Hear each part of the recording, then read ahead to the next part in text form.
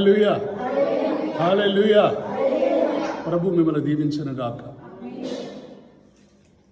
నిన్న క్రిస్మస్ అని చెప్పేసి మనము ఎదురు చూస్తూ ఉన్నాం. ఇంత ఘనంగా జరగడానికి కారణం ఏంటంటే ప్రార్థన, ఫాస్టింగ్ ప్రేయర్ చాలా ఘనంగా జరిగింది. ఒక సెమీ క్రిస్మసే కావచ్చు, ఎక్కడికి వెళ్ళినా ఎక్కడ ప్రార్థన పెట్టినా కాడ అక్కడ దేవుడు అద్భుతంగా జరిగించాడు. హైదరాబాద్ వెళ్ళినా కూడా దేవుడు అక్కడ కూడా దేవుడు మంచిగా వాడుకున్నాడు. ప్రభు కూడా అలాగనే సౌటపల్లి, ఖమ్మం ఏంటి, ప్రతి గృహంలో ఎక్కడెక్కడ ప్రార్థన పెట్టామో అక్కడ అద్భుతంగా జరగడానికి కారణం ఏంటంటే ప్రార్థన, ముఖ్యంగా ఉపవాస ప్రార్థన చాలా ముఖ్యం. ఎందుకు ఈరోజు కొద్ది విషయాలు జ్ఞాపకం చేసుకుందాం మనం. ఎందుకంటే ఇక మనకు నూతన సంవత్సరం ఇంక ఎన్నో రోజులు లేదు. మనకి నూతన సంవత్సరం మనకి ఇలా 26, 27, 28, 29, 30, 31 అంటే 6 రోజులు కూడా తీసేస్తే 5 రోజులే ఉంది. మనకి 5వ రోజే ఖచ్చితంగా మనం ఆన్లైన్లోకి వెళ్ళిపోతాం, నూతన సంవత్సరంలోకి వెళ్ళిపోతాం. ఈ నూతన సంవత్సరంలోకి మనం వెళ్ళేటప్పుడు కొన్ని మన లోపాలు ఉంటాయి. మన లోపాలని సరి చేసుకోవాలి. ఒక్క విషయాన్ని జ్ఞాపకం చేసుకోవాలి. నేను ఒక స్థలంలోకి వెళ్ళాను. ఎక్కడికంటే రాజమండ్రి మీటింగ్కి వెళ్ళాను. థామస్ గారి మీటింగ్ జరుగుతుంది. థామస్ గారి మీటింగ్ జరుగుతున్నప్పుడు నేను సేవకు వచ్చింది కొత్త, ఫస్ట్ 2001లో ఈ విషయం చెప్తున్నాను మీకు. ఆ మీటింగ్కి వెళ్ళాను. అది 2 రోజులు. అక్కడ వెళ్ళిన వాళ్ళకి భోజనాలు అన్నీ ఉన్నాయి. ఒక 5గురు వెళ్ళాం అక్కడికి. ఆరాధన అయిపోయిన తర్వాత, నైట్ పూట మేము ఆరాధన అయిపోయిన తర్వాత ప్లేట్లు అప్పుడైనా కూడా తిని ఏం చేస్తున్నారంటే ఆ ప్లేట్లన్నీ కూడా ఆ పక్కన పెట్టేస్తున్నారు. కుక్కలు వచ్చి నాగుతున్నాయి, పందులు వచ్చి నాకుతున్నాయి. అక్కడ ఉన్న వాలంటీర్లతో చెప్పాను, బ్రదర్ సిస్టర్ కొంచెం అవి కడగండి, అవన్నీ కూడా కొద్దిగా, ఎందుకంటే కుక్కలు నాకుతున్నాయి, మళ్ళీ పందులు కూడా నాకుతున్నాయి. మళ్ళీ రేపొద్దునే కూడా మనం ఏం చేయాలంటే మనమే తినాలి అని చెప్పినప్పుడు ఒక 5-6 చెప్పుంటాను. ఎవరు కూడా నా మాట వినలేదు. మంచి బట్టలు వేసుకున్నారు అందరూ. అంటే కోటానికి వచ్చేవాళ్ళు ఎవరైనా సరే మంచి వస్త్రాలు వేసుకొని వస్తారు. నేను దాంట్లో చెప్పింది ఎక్కువ సిస్టర్లకే ఎక్కువ చెప్పాను. సిస్టర్లకంటే స్త్రీలకే చెప్పాను. నేను ఇంకో బెదర్తోటి వాళ్ళ దగ్గర పనిచేసే ఒక సేవకుడితో చెప్పాను, అన్న ఈ పందుల్లో అవుతుంది బెదర్, మీ వాళ్ళు కొద్దిగా బెదర్ వాళ్ళకి చెప్పకపోతే మీరు చేయొచ్చుగా అన్నాడు. ఒకసారి వాళ్ళకి చెప్పబోతే మీరు చేయొచ్చుగా అన్నాడు. నిజమే కదా. దేవుడు అతనిలో నుంచి నాకు పలికినట్టే ఉంది. అంటే అతనిలో మాట్లాడినట్టే అనిపించింది. నేను వాళ్ళతో చెప్పే బదులు మరి నేనే చేయొచ్చు కదా, మనకి రాని పని కాదు కదా. అది శుభ్రంగా వాళ్ళు తింటున్నారు, నేను ఈ మొత్తం కూడా నేను రుద్దుతుంటే నాతో పాటు ఎలీషా వచ్చాడు, నాతో పాటు రాజు వచ్చాడు, నాతో పాటు యశోదక్క కొడుకు, పెద్ద కొడుకు కూడా వచ్చాడు. ఇంకా మొత్తం 4 మొదలు పెడితే ఎంతసేపు బట్టలు మొత్తం కూడా టకా కడగటం కూడా అయిపోయింది. మొదలు పెట్టాం. ప్రియమైన దేనిబడ్డారే, ఈ యొక్క విషయం ఎందుకు మీకు చెబుతున్నానంటే, ఆ రోజు నేను చేసిన విధానాన్ని వాళ్ళందరికంటే పొందుకున్న అభిషేకం నేనే. చాలామంది ఏం చేస్తారంటే పరిచర్య విషయంలో చాలా వెనకాడతారు. నేను ఎందుకు ఈ మాట చెబుతున్నానంటే, పై పరిచర్య కాదు, దాన్ని ముఖ్యంగా పెట్టిన వాడికంటే కూడా, ఇతరాకు వేసిన వాడికంటే కూడా తీసే వాళ్ళకి ఎక్కువ ఆశీర్వాదం ఉంటుంది. గట్టిగా చేద్దామా? హల్లెలూయా. మనం చేసేది ఏంటంటే దేవుని పని. ఈరోజు తగ్గింపు జీవితం కావాలి. ఒక హెచ్చించబడాలి. మనము హెచ్చించుకున్నామా దేవుని సన్నిధిలో? ప్రతి విషయంలో కూడా నువ్వు హెచ్చించుకున్నావా? ఎంత నువ్వు గొప్పదానివైనా సరే, ధనవంతుడే కావచ్చు, పేదవాడివే కావచ్చు, లేకపోతే సేవకుడివే కావచ్చు, సేవకురాలివే కావచ్చు, హెచ్చించుకున్నావు అంటే నీ పరిస్థితి ఎలా ఉంటుందంటే, చూద్దాం బైబిల్ గ్రంథంలోంచి కొద్ది నిమిషాలు. ఆశీర్వాదములన్నీ కూడా వెనక్కిపోయే అవకాశాలు ఎక్కువ ఉంటాయి. చూడండి 21వ వచనం చదువుదాం. 21వ వచనాన్ని, హేబేలు గ్రంథము 2వ అధ్యాయము 21వ వచనం. దేశమా భయపడకుము, సంతోషించి గంతులు వేయుము, యెహోవా. ఆమేన్. పశువులారా భయపడుకుడి. గడ్డి బీడులు అంటే పచ్చని మొలకలను మొలసి. ఆమేన్. ఆమేన్. గట్టిగా చేద్దామా? ఈరోజు మీకు ఒక విషయానికి ఇప్పుడు దాకా నేను ఎందుకు ఈ మాట చెప్తున్నానంటే జాగ్రత్త గ్రహించండి. మీరు ఇది ఫలించాలి అంటే, ద్రాక్ష చెట్లు బహుగా ఫలించాలంటే, అంజూరపు చెట్లు బహుగా ఫలించాలంటే, అయితే దేశమా నువ్వు సంతోషించి గంతులు వేయాలంటే ఒకటే గుర్తుంచుకో, పశువులే కావచ్చు, ఏమైనా కానీ.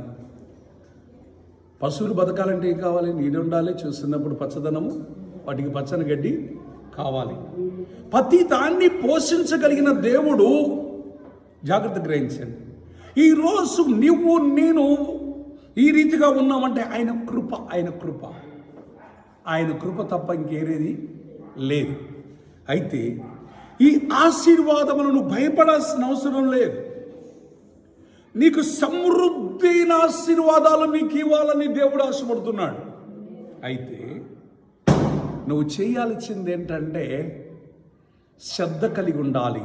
దేవుని యందు భయము భక్తి కలిగి ఉన్నప్పుడు ఇవన్నీ ఎందుకు ఈ ఉపవాస ప్రార్థనని చేయాలి?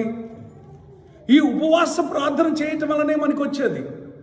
ఉపవాస ప్రార్థన చేసేటప్పుడు చదవండి, అక్కడ 12వ వచనం అంటాడు, 2:12, ఇప్పుడేను మీరు ఉపవాసం ఉండి కన్నీరు విడిచుచు దుఃఖించుచు మనసుపూర్వకంగా ప్రభు యొద్దకు రండి. ఇదే యెహోవాకు. గట్టిగా చూద్దామా?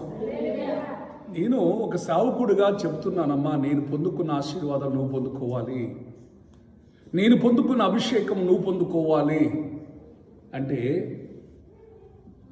చాలామందికి అర్థం కావట్లేదు. ఆ పాస్టర్ గారు ఏదో చెబుతున్నాడు లేదు.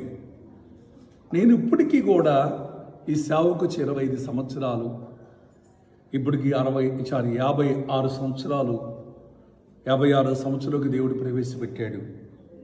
నేను ఇష్టపడేది ఏంటంటే ఒకటే, పరిచర్య చేయాలి. ఏం చేయాలి? పరిచర్య. యేసు ప్రభు వారు ఒక మాట చెబుతాడు, నేను పరిచర్య చేయించుకోవడానికి రాలేదు, నేను పరిచర్య చేయటానికి వచ్చాను అంటాడు. నేను పరిచర్య చేయటానికి వచ్చాను అంటాడు. నాకు ఆశ్చర్యం అనిపిస్తుంది. మనం ఎంత విధానము కలిగి ఉంటాం. మన కోసము గొప్ప కార్యాలు చేస్తున్నాడు దేవుడు. అవన్నీ మనం పొందుకోవాలంటే మనం చేయాల్సింది ఏంటంటే నీ కోసం, నీ బిడ్డల కోసం, దేశం కోసం, సంఘము కొరకు ప్రార్థన. ఏం చేయాలి? ఇప్పుడేను మీరు ఉపవాసం ఉండి కన్నీరు విడిచుచు దుఃఖించుచు మనసుపూర్వకంగా తిరిగి నా దగ్గర రండి. ఇదే యెహోవాకు, నీ దేవుడిని యెహోవా కరుణాకాశముకరుడు, శాంతిమూర్తియు, అత్యంత కృపగలిగిన వాడు, దాన్ని ఉద్దేశించిన కీడు చెయ్యక. ఆమేన్. మరి ఎన్నోసార్లు కోపం తెప్పించుంటాం దేవుణ్ణి, అవునా మమ్మీ? నేను మమ్మీ వాళ్ళ నేను పొద్దున మమ్మీ వాళ్ళ పోయినప్పుడు, అమ్మా ఏంటి ఆదివారం అసలు ప్రశాంతత లేదయ్యా, చర్చికి వచ్చాం కానీ మాకు పండగ రోజు మాకు రాత్రి అంతా చర్చిలో ఎంతో హ్యాపీగా ఉంది, ఎంతో సంతోషంగా ఉంది, తెల్లారి మాత్రానికి మాకు సంతోషము లేదు. నా తల్లి ఏడుస్తుంటే నేను ఎంతో బాధపడ్డాను. ఒకటేంటంటే చాలామంది కుటుంబాల్లో ఏముందంటే నెమ్మది లేదు. సంతోషము లేదు. కారణం ఏంటంటే నీవు దేవుని ఎదగాలని ఆశపడుతున్నా, దేవునితో సంతోషించాలనుకుంటున్నా, దుష్టుడు ఏదో ఒక రీతిగా నిన్ను శ్రమ పెడుతూనే ఉన్నాడు, ఏదో ఒక రీతిగా నిన్ను కొంగదీస్తున్నాడు. అయితే ఈరోజు నేను ఒక మాట చెప్తున్నాను, నీవు దుఃఖిస్తున్న నీవు ఆ దుఃఖము సంతోషంగా మార్చబడునుగాక. నిన్ను దుఃఖపెట్టిన వారి పశ్చాత్తాపడుదురుగాక. నేను సేవ చేస్తున్న ఈ సమయం చెప్తున్నా, జ్ఞాపకం చేసుకోండి. నన్ను బాధ పెట్టిన వారు ఉన్నారు, నన్ను దుఃఖపెట్టిన వారు ఉన్నారు, నన్ను అవమానపరిచిన వారు కూడా ఉన్నారు. అయితే నేను ఎప్పుడు ఏడ్చేవాడిని, వాళ్ళని ఏమనలేక ఇంటికి వచ్చి దేవుని సన్నిధిలో ఏడ్చేవాడిని. ప్రభువా, వారు అన్నందుకు క్షమించి ప్రభువా అని చెప్పేసి, అంటే ఎందుకు లోపల కొద్ది బాధ అనిపిస్తుంది. ఆ బాధ పోవాలంటే చాలామంది ఏం చేస్తారంటే మనుషులు చెప్పుకుంటారు. మనకున్న బాధ పోవాలంటే ఎవరికి చెప్పుకుంటారు? మనుషులు చెప్పుకుంటారు. కానీ నేను మాత్రానికి ఒకటే, సృష్టిగా నన్ను పిలిచిన దేవుడైన యెహోవా యేసయ్యకే చెప్పుకుంటున్నాను నా బాధ. యేసయ్యా, నన్ను ఇలా అన్నారయ్యా, నన్ను క్షమించు, వాళ్ళు క్షమించనే ప్రార్థన చేస్తాను. ముందు వాళ్ళు క్షమించు, కానీ నా లోపల కొంచెం బాధ అనిపిస్తుంది నన్ను అందుకు ముందు అది తీసేయి. ఎప్పుడు యేసయ్యకి మోకరించి ఆయనకి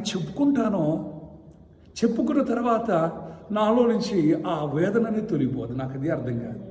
నాలో ఉన్న వేదనంతా ఇంట్లో అయినా సరే, కుటుంబంలో సమస్య వచ్చినప్పుడు, కుటుంబంలో కూడా ఏదైనా వాళ్ళు చెప్పే విధానంలో నా మాట వినప్పుడు కానీ, ఒక మాట ఏదైనా అన్నప్పుడు కానీ, బయట వాళ్ళు అంటే అన్నారు, ఇంట్లో వాళ్ళు కూడా దబాలను ఒక మాట అన్నప్పుడు ఏబుని జ్ఞాపకం చేసుకుంటారు. ఏబుని జ్ఞాపకం ఎందుకంటే మూర్ఖురాలు మాట్లాడుతున్నారు ఇంకంతే.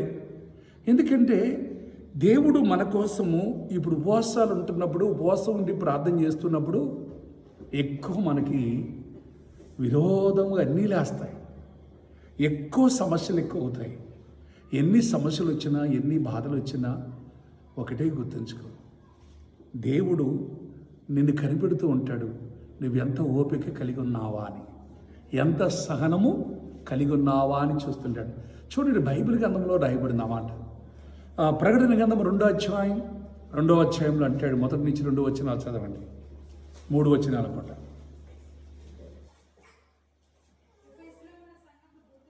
సంఘపు దూతకు ఇలాగు రాయము, 7 దీపస్తంభములు మధ్య సంచరించువాడు చెప్పు సంగతులు ఏమనగా, అమ్మా వినండి, నీ క్రియలను, నీ కష్టమును, నీ సహనమును నేనెరుగుదును. నువ్వు దుష్టులు సహించలేదనియు, అపస్సులు కాకయే తమ అపస్సులనియు పరీక్షించి వారి అబద్ధికులని నువ్వు కనుగొంటివని. ఏమండాలంటే మనకు అన్నీ తెలిసిపోద్ది, వాడు ఎలాంటి వాడో మనకి తెలిసిపోద్ది. కానీ నా నామము నిమిత్తము ఎలా ఉండాలంట? సహనము కలిగి అలయలేదని నీ మీద ఒక తప్పు ఒకటి. మనం ఎట్లుండాలంటే తన నామము నిమిత్తం మనం ఎలా ఉండాలి? ఇప్పుడు సహనం కలిగి ఉండాలి, చాలా ఓపిక ఉండాలి. నేను కొన్నిసార్లు చెబుతూ ఉంటాను, కొంతమందిని కోడలు చెబుతూ ఉంటారు, అయ్యా నా మా అత్త ఎప్పుడు కూడా ఎంత పని చేసినా నాకు నేను చేయలేదంటది, ఇంకా నా మీద నిందలు వేస్తూనే ఉంటుంది. కానీ ఎందుకు నాకు ఓపిక ఉండలేదు, కోపం వస్తుంది. నేను ఒకటే చెప్తా, నువ్వు ఎంత ఓపిక కలిగి ఉంటావో, ఎంత సహనము కలిగి ఉంటావో, దేవుడు మళ్ళీ అదే ఒక రోజు నిన్ను ఇచ్చేస్తాడు. బైబిల్లో పేతురు రాసిన పత్రికలో ఉందమ్మా, 5వ అధ్యాయంలో రాయబడింది 6వ వచనంలో, ఆయన బలిష్టమైన చేతుల కింద దీన మనసు కలిగి ఉండు, ఆయన ఎప్పుడు తగిన సమయమందు నిన్ను ఇచ్చేస్తాడు. గట్టిగా అలాగేదమ్మా. ఎప్పుడు భార్య అయినా సరే, కోడలు చెబుతుంటారు, అయ్యా మా కోడల మాట వింటలేదు, లేకపోతే నా భార్య నా మాట వింటలేదు, నా కూతురు నా మాట వింటలేదు, చూస్తున్నప్పుడు నన్ను బాధపడుతున్నారు. ఒకటి గుర్తుంచుకో, నీ బాధన్నీ కూడా ఆయన మీద వేసేయి. నీ భారం భరించేది ఆయనే, నీ బాధలన్నీ తీసివేసేది ఆయనే. నీ చూసినప్పుడు ఒకటే, నువ్వెప్పుడు కూడా సంతోషంగా ఉండాలని ప్రభు ఆశపడుతున్నాడు. నీకన్ని గొప్ప కార్యములు చేసి ఉన్నాడు. ఏం చేసి ఉన్నాడంటే అమ్మా దేవుడు, నీ ఎడల గొప్ప కార్యము చేసి ఉన్నాడు. చూడండి 15వ వచనం చదవండి అక్కడే. ఏమేలు గ్రంథం 2వ అధ్యాయం 15వ వచనం. సియోనులో బాకా ఊదుడి, ఉపవాస దినమును ప్రతిష్ఠించుడి. ప్రతిరోజు నిర్మించి ప్రకటన చేయడి. జనులు సమకూర్చుడి, పెద్దలను పిలువమంపుడి.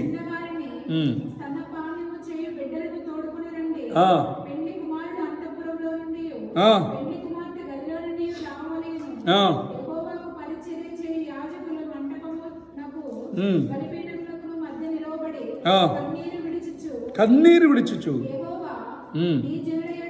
నీ జనులు ఎదుట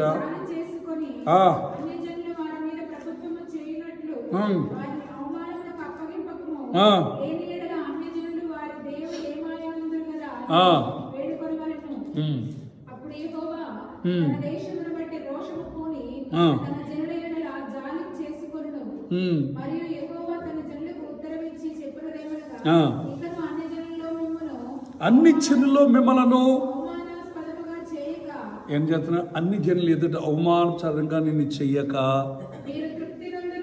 మీరు తృప్తి నందుకంతగా మీ ధాన్యమును కొత్త ద్రాక్షారసమును ఆమేన్. ఎంత గొప్ప! ఒకటి చేతి కింద నిన్ను ఉంచడు, ఒకళ్ళ చేతి కింద నిన్ను పనిచేయి. నిన్ను చూస్తున్నప్పుడు ఉపవాసం ఉండి ప్రార్థన చేయి. నీ ఉపవాస ప్రార్థన దేవుని సన్నిధిలోకి వెళ్ళునుగాక. దేవుడు తగిన సమయమందు నిన్ను హెచ్చించునుగాక. ప్రార్థన చేయి. నాకు ఇంకా నా భర్త ఇంకా మారట్లేదు, నా పిల్లలు మారట్లేదు, నా కుటుంబంలో చూసినప్పుడు ఇంకా కార్యాలు మేము చూడలేకపోతున్నాము. ఎప్పుడు దిగులు పడద్దు. దేవుడు ఒకటే చెప్తున్నాడు, యెహోవా నీ కొరకు ఏం చేసి ఉన్నాడంట? గొప్ప కార్యములను చేసి ఉన్నాడు. భయపడకము. ఏమంటున్నాడు? 21 చదువుమా. దేశమా భయపడకము, గంతులేయము, గొప్ప కార్యములు గట్టిగా అల్లయ్యేదామా, గొప్ప కార్యము చేసి ఉన్నాడు.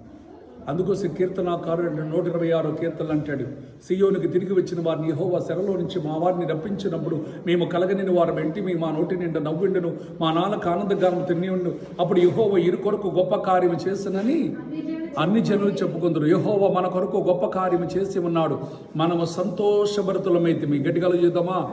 కన్నీరు విడిచుచు ఇత్తువాడు సంతోషకరమైన పంట కోయను.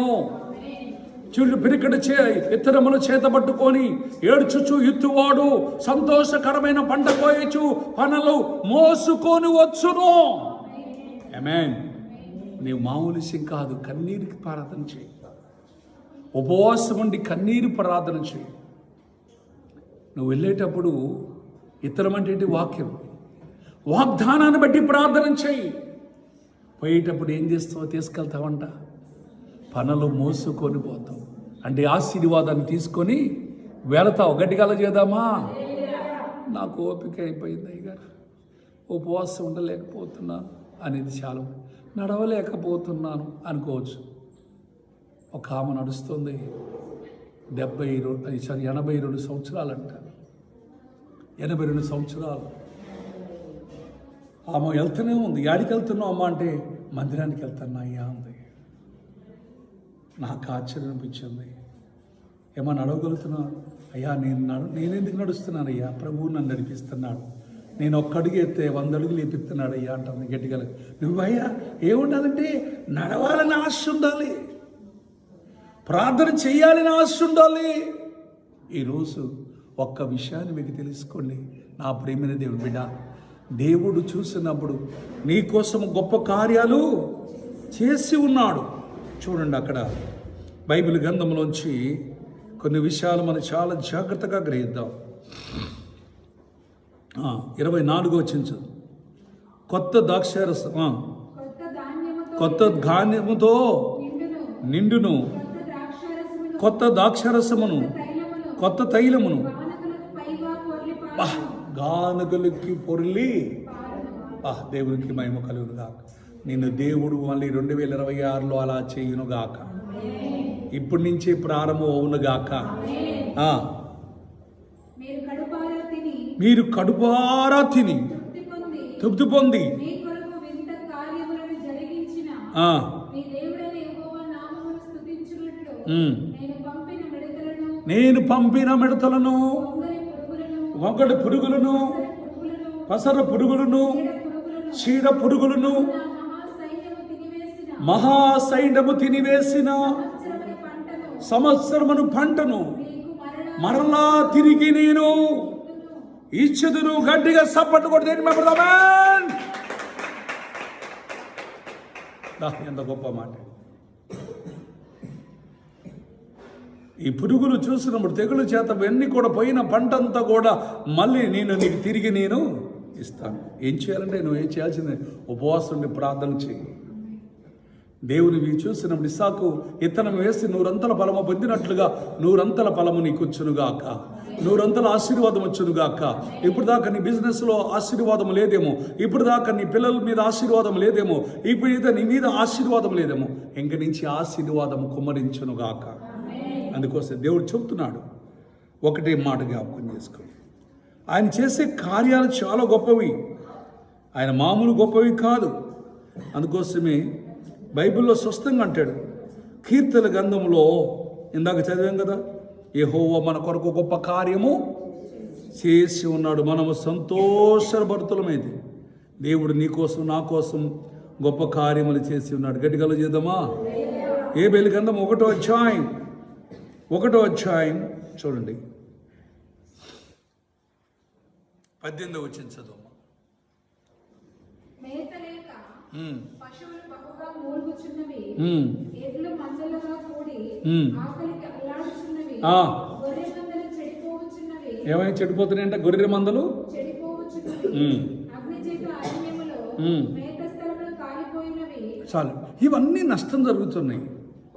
ఎప్పుడు ప్రార్థన చేయనప్పుడే, ఎప్పుడు దేవుని యందు భయభక్తులు లేనప్పుడే. నీవెంత చేసినా కూడా నీకు భయము భక్తి లేనప్పుడు, ఆశీర్వాదం లేనప్పుడు ఏమైందంటే, నీకు ఇంకా ఆశీర్వాదం లేనప్పుడు ఇవన్నీ ఎక్కువ నేను అనుకుంటున్నాం. కానీ దేవుడి మాట మనిషి ఎక్కువ వింటున్నాడా, ఆయన సృష్టించిన సృష్టి ఎక్కువ ఉంటుందా మాట? చెప్పాలి. అదే మాట ఏనంది ఎవరంటే, ఆయన పోలికగా సృష్టించిన మనిషే ఆయన మాట వినందు. అర్థమైందా? ఆయన మాట సృష్టింటుంది. వర్షము కురవకుండా ఉండొద్దంటే కురవదు, నువ్వు భూమి పంట ఇవ్వద్దంటే పంట ఇవ్వదు. అదేందా? ఇశ్రాయేలు కానాను దేశాన్ని కూడా ఎండిపోయినట్టు చేశాడు దేవుడు, తెలుసా? కానాను దేశం అంటే మన పాలు తేలిన కలిగే దేశం కదా, అది మంచి పంటలు ఇచ్చే దేశం కదా, అక్కడ పండినంతగా ఎక్కడా పండదు కదా. అలాంటి దేశము దేవుడు ఒక దినమున, ఇవన్నీ చెప్పాలంటే చాలా లేట్ అయింది. ఎప్పుడు కడుపార తిని కనులా చూసినప్పుడు ఆయన శుభ్రంగా పండుకొని ఎవరిని మర్చిపోయారంటే దేవుడిని యెహోవాను సృష్టికర్తను మర్చిపోయారు. దేవుడు ఏం చేశాడు? ఊరుకుంటాడా? శుభ్రంగా ఆ భూమికి ఆజ్ఞాపించాడు, నువ్వు పంట పండొద్దు అని. అర్థమైందా? వర్షం కురవద్దని చెప్పాడు. వెంటనే వర్షం ఆగిపోయింది, పంట ఆగిపోయింది. గట్టిగా చేద్దామా? ఈరోజు కూడా చాలామంది పంటలు వేస్తున్నారు కానీ మంచి దిగుబడి లేదు. పంట వేస్తున్నారు కానీ తన పెట్టుబడి కూడా రావట్లేదు. కారణం ఏంటంటే, నీవు దేవుని మాట వినపోవటం వలన, నీ దేవుడిని యెహోవాయందు భయభక్తులు కలిగి లేకపోవటం వలన నీకు ఆశీర్వాదము లేదు. హల్లెలూయా. ఈరోజు దేవుడు చెప్పేది ఒకటే గుర్తుంచుకోవాలి, ఎప్పుడైనా నీ ఉపవాసం ఉండి ప్రార్థన చేస్తున్నప్పుడు నీవన్నీ కూడా జరగని కార్యాలన్నీ దేవుడు జరిగించునుగాక. ఎన్నడూ చూడని కార్యాలను చూసుదుగాక, ఎన్నడూ అద్భుతాలు చూడండి మళ్ళీ అద్భుతాలు చూసుదుగాక. దేవుడు నిన్ను బలపరచునుగాక. అందుకోసం నా ప్రియమైన దేవుని బిడ్డ, ఒకటే గుర్తించుకో, నీ జీవితంలో యెహోవా గొప్ప కార్యములను చేయబోతున్నాడు. ఎంతమంది నమ్ముతారు? చేయబోతున్నాడు. ఆమేన్, ఆమేన్.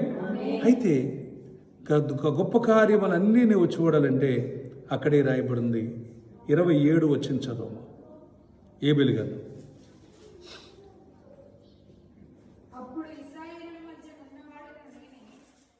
అప్పుడు ఇజ్రాయేలు మధ్యలో ఉన్నవాడు నేనే,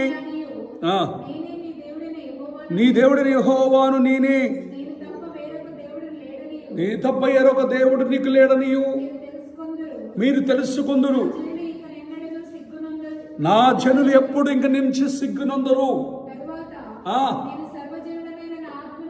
ఎవరి మీద అంటే సర్వజనుల మీద నా ఆత్మను కుమ్మరించదను.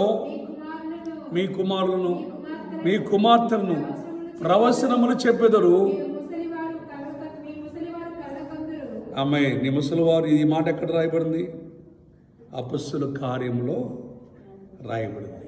గట్టిగల చేద్దామా, గట్టిగల చేద్దామా. హల్లెలూయా. గట్టి సపోర్ట్ కొట్టి నిలబెడదామే.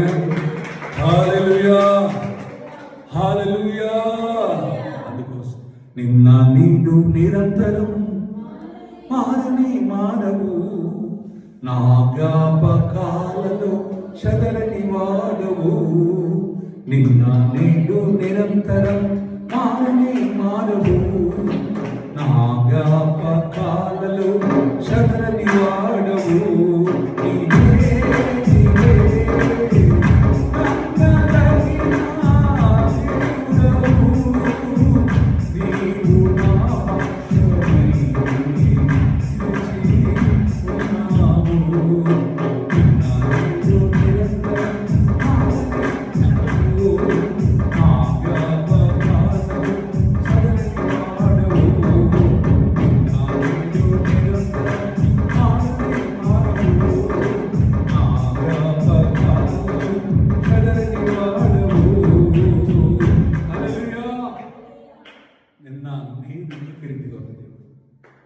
ఆ రోజు ఇశ్రాయేలుకి ఇచ్చిన వాగ్దానాన్ని దేవుడు ఈ క్షణము నీకు ఇస్తున్నాడు.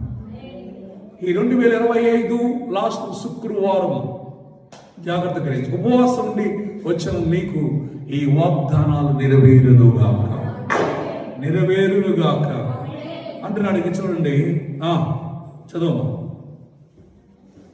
29 వచనం. ఆ దినములో నేను పనివారి మీదను, ఎవరి మీద? పనివారి మీదను పనిగత్తెల మీదను. బా అంటే ఒక్కరికేనా? దాసులు దాసురాల మీదకేనా? కాదు. ఎవరి మీద? పనివారి మీదను పనిగత్తెల మీదను నా ఆత్మను కుమ్మరించదును. ఆకాశమందును భూమి అందును ఏం చేస్తారంట? వాస్తు కార్యములను అనగా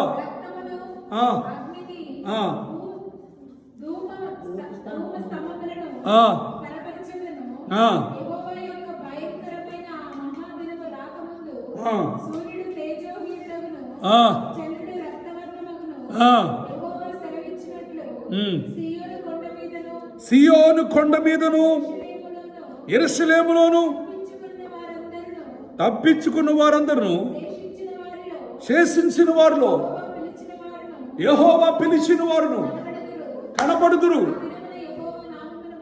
యెహోవా నామమును బట్టి ఆయనకి ప్రార్థన చేయి వారందరూ. గట్టిగా సప్పట్లు కొట్టి తీర్మానమే. భయంకరమైన పరిస్థితుల్లో రాబోతున్నాయి. ఈ రోజు నువ్వు ఉపవాసం ఉండి ప్రార్థన చేస్తున్న నీవు జాగ్రత్త గ్రహించు. ఎప్పుడు తప్పించబడతావు తెలుసు? ఇప్పుడు నీకు అర్థం కాదు.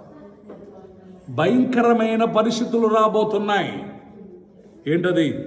ఇప్పుడే చదివాం కదా 30. భయంకరమైన దినము రాక మునుపు సూర్యుడు ఏమైపోతాడంట అంటే ఏమైపోతాడు? నలుపైపోతాడు. ఇప్పుడు చూసినప్పుడు శాస్త్రజ్ఞులు కనబడుతున్నారు. ఇప్పటికీ సూర్యుడు ఒక దినమున తన క్రాంతిని ఇవ్వడు. చంద్రుడు చూసి ఎర్రగా మారిపోతాడంట. ఎర్రంగా మారిపోతాడంట. అది యెహోవా. ఇప్పుడు దాకా నువ్వు ప్రార్థన చేయకుండా విరోధముగా ఉన్నావే. నేను ఒకరోజు ప్రార్థన చేస్తున్నప్పుడు నేను కల్లో నేను ఆ రోజు మోషేను గురించి 10 తెగుళ్ళ గురించి వాక్యం చెప్పాను. వాక్యం చెప్పిన తర్వాత పండుకున్నా కూడా అదే ధ్యానం చేస్తున్నాను. పండుకున్న నిద్రపోతున్నా కూడా అదే ధ్యానం చేస్తున్నాను.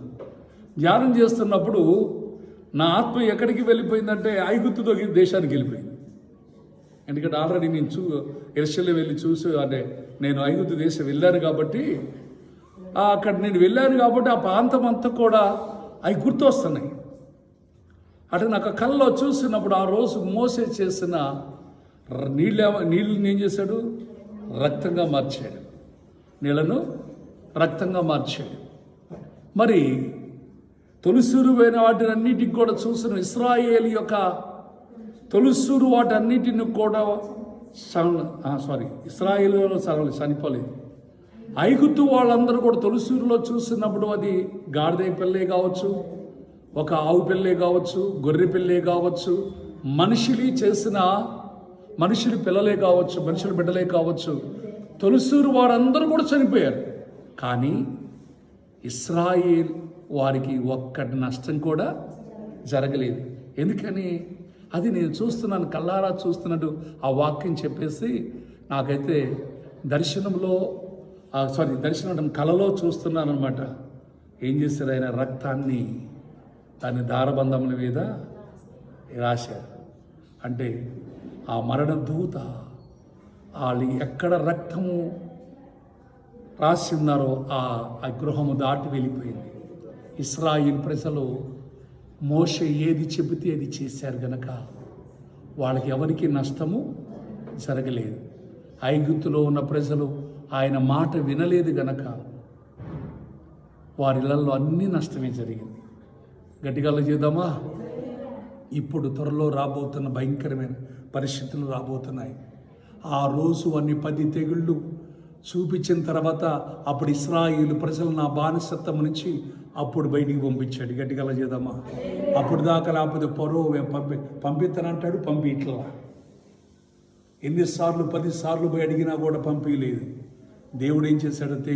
తెగులు రప్పించాడు. గట్టిగా చేద్దామా? తెగులు రప్పించాడు. వాళ్ళు ఎర్ర సముద్రం దగ్గరకు వచ్చిన తర్వాత ఎర్ర సముద్రమును బాయలు చేసి ఇశ్రాయేలు ప్రజలను సురక్షితంగా అవతల ఒడ్డుకి నడిపించి వేశాడు. తర్వాత అదే ఫరో సైన్యము మొత్తం కూడా వచ్చేసింది, ఎర్ర సముద్రానికి వచ్చేసింది. ఎర్ర సముద్రములో మధ్యలోకి వచ్చేసేలా ఇటు పాయ 2 కలుసుకున్నాయి, మునిగి ఎర్ర సముద్రములో రథాలతో సహా చనిపోయారు. గట్టిగా చేద్దామా? దేవుడు చేసే కార్యాలు చాలా గొప్పవి. ఇదివరకు జరిగిన ఇంకా రాబోతున్నాయి. అది ఎవరికి నష్టపోతారంటే ప్రభువుని నమ్మని వారు నష్టపోతారు, అవిశ్వాసులు నష్టపోతారు. అయితే నా ప్రియమైన ప్రభు నామంలో అక్కడ అన్నాడు కదా 32వ వచనం, యెహోవా నామమును బట్టి ఆయనకి ప్రార్థన చేయవారు మాత్రమే. గట్టిగా సపోర్ట్ కొడుతుంది. రక్షించబడడం అనేది చాలా గ్రేట్. అది ఎవరికీ లేదంటే మారు మనసు పొంది రక్షించబడి యేసుక్రీస్తు నామంలో ప్రార్థన చేసిన వారు మాత్రమే ఆ భయంకరమైన దినాల్లో నువ్వు రక్షించబడతావు. అంతే తప్ప నీకెన్ని కష్టాలు రాని, ఎన్ని శ్రమలు రాని, నువ్వు మాత్రం నీ దేవుణ్ణి విడిచిపెట్టుకో. ఒక భక్తుడి గురించి మీకు చెప్పాలి. ఏలియా దేవుడు చెప్పాడు, నువ్వు వచ్చేయమన్నాడు. యొర్దాను దాటి వెళ్ళాలి. తనకిష్టమైన బాగా ప్రేమించే ఒక శిష్యుడు ఉన్నాడు. ఎవరైనా కుమారక్క, ఎవరైనా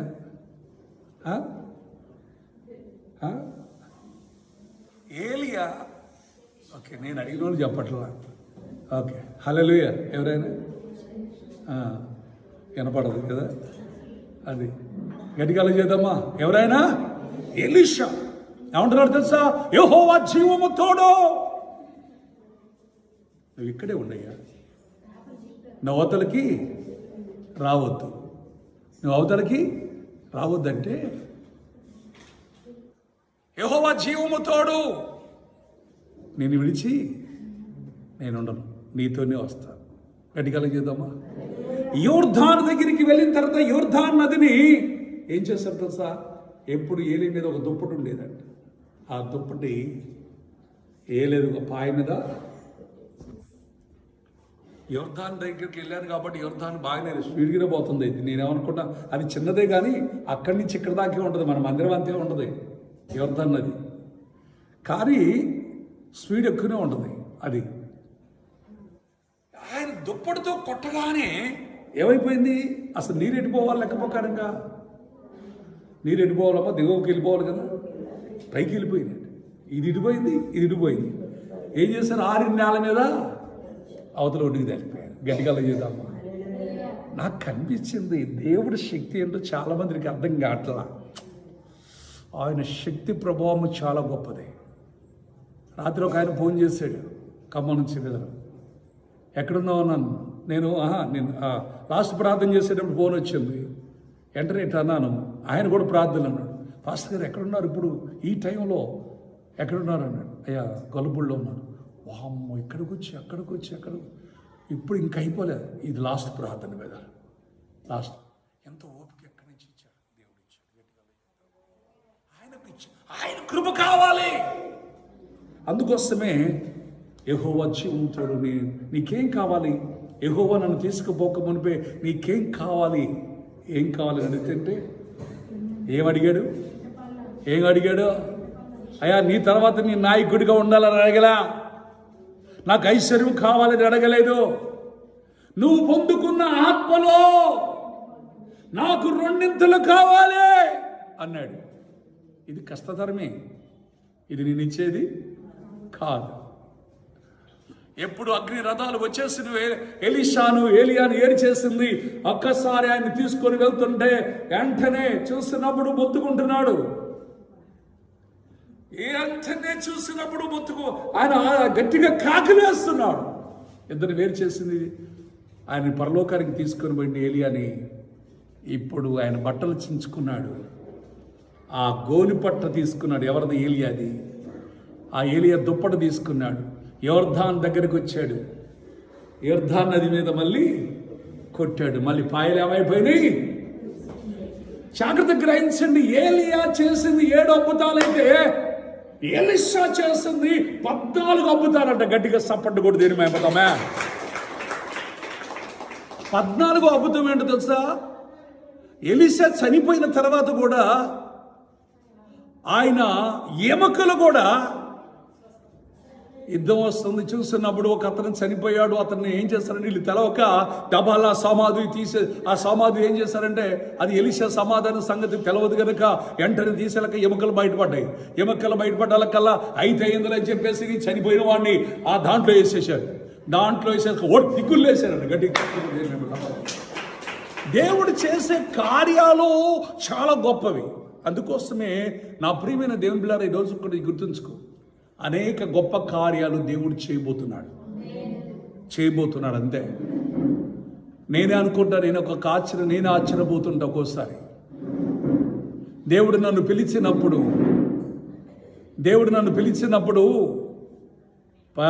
దగ్గర 10 లక్షల అప్పులు ఉన్నాయి, 2 బిల్డింగ్లు ఉన్నాయి, లారీ ఉంది, 2 ఫ్లాట్లు ఉన్నాయి, మోటార్ సైకిల్ ఉన్నాయి, ఎన్ని ఉన్నాయి. నేను ఏమని ప్రార్థన చేశానో తెలుసా? అప్పులు ఎవరు అడగకూడదు ప్రభువా, అప్పులు ఎవరు అడగకూడదు. దేవుడు ఏమన్నాడు తెలుసా? మొత్తం అమ్మేసి బాకీలు కట్టేసే అన్నాడు. మరి బాకీలు కట్టేసేయమంటే నా భార్య ఒప్పుకుంటుందా అనుకున్నాను. పాపం మొత్తం ఒప్పుకుంది. 2 బిల్డింగులు, లారీ, చీబు, అన్ని షాపుతో సహా, కోళ్ళపారం షాపుతో సహా, ఫ్లాట్లు మొత్తం ఈ 2 బిల్డింగ్లు వాళ్ళకి రాసేసి మొత్తం నేను కట్టాల్సినతో సహా, వడ్డీతో సహా అన్నీ కట్టేశాను. కట్టేసిన తర్వాత జీరో. నాతో పాటు ఉన్న దేవుడు అంటే, నేను సేవకు వచ్చిన తర్వాత పిల్లలు కూడా ఎవరు అనుకుంటున్నారు? లక్ష్మి, అలాగనే డేవిడ్, యశోద, రాజు, మా పిల్లలు. పిన్నా గుర్తుందా? వీళ్ళందరూ చిన్నపిల్లలే. ఈరోజు అందరూ పెళ్ళిళ్ళు ఏనీలే కానీ హల్లెలూయా, చిన్నపిల్లలే. పిల్లలతోటే స్టార్ట్ అయిపోయింది. ఈ పిల్లలతో చూసినప్పుడు మదిరలో ఉండమన్నాడు దేవుడు. అసలు కట్ల డబ్బులు చూసి డబ్బుల మీద కూడా పండుకున్న రోజులు ఉన్నాయి. ఇవాళ ఇంత 10 రూపాయలు కూడా లేవు, అలాంటి పరిస్థితి. కానీ దేవుడు అన్నాడు, నువ్వెక్కడ పడిపోయావు అక్కడే నేను తిరిగి లేపుతానన్నాడు. గట్టిగా చూద్దామా? ప్రేమైన దేవుని బిడ్డలారా, ఒక్కసారి ఆలోచన చేస్తే మనం వచ్చినప్పుడు, సేవకు వచ్చేటప్పుడు చిన్న స్థలము కూడా లేదు. మా నాన్న వాళ్ళు కొన్ని రోజులు అక్కడికి మా పిన్న వాళ్ళ ఇంటి ఎదురుగా మా బాబాయ్ ఎదురు కృష్ణ బాబాయ్, వాళ్ళ దాంట్లో చిన్న రేకుల చెట్టు ఉంది. అదవరికి ఆయన నాకు మేనమామ అవుతాడు. వాళ్ళు సేవ చేస్తే అక్కడ మొదలుపెట్టారు. ఆయన చేయట్లు అక్కడికి వెళ్ళి మొదలుపెట్టాను. అక్కడికి వెళ్ళి మొదలుపెట్టిన తర్వాత ఒక 4 వారాలు పెట్టాం. తర్వాత వద్దన్నారు, వాళ్ళు ఇల్లు కట్టుకోవాలనుకున్నారు.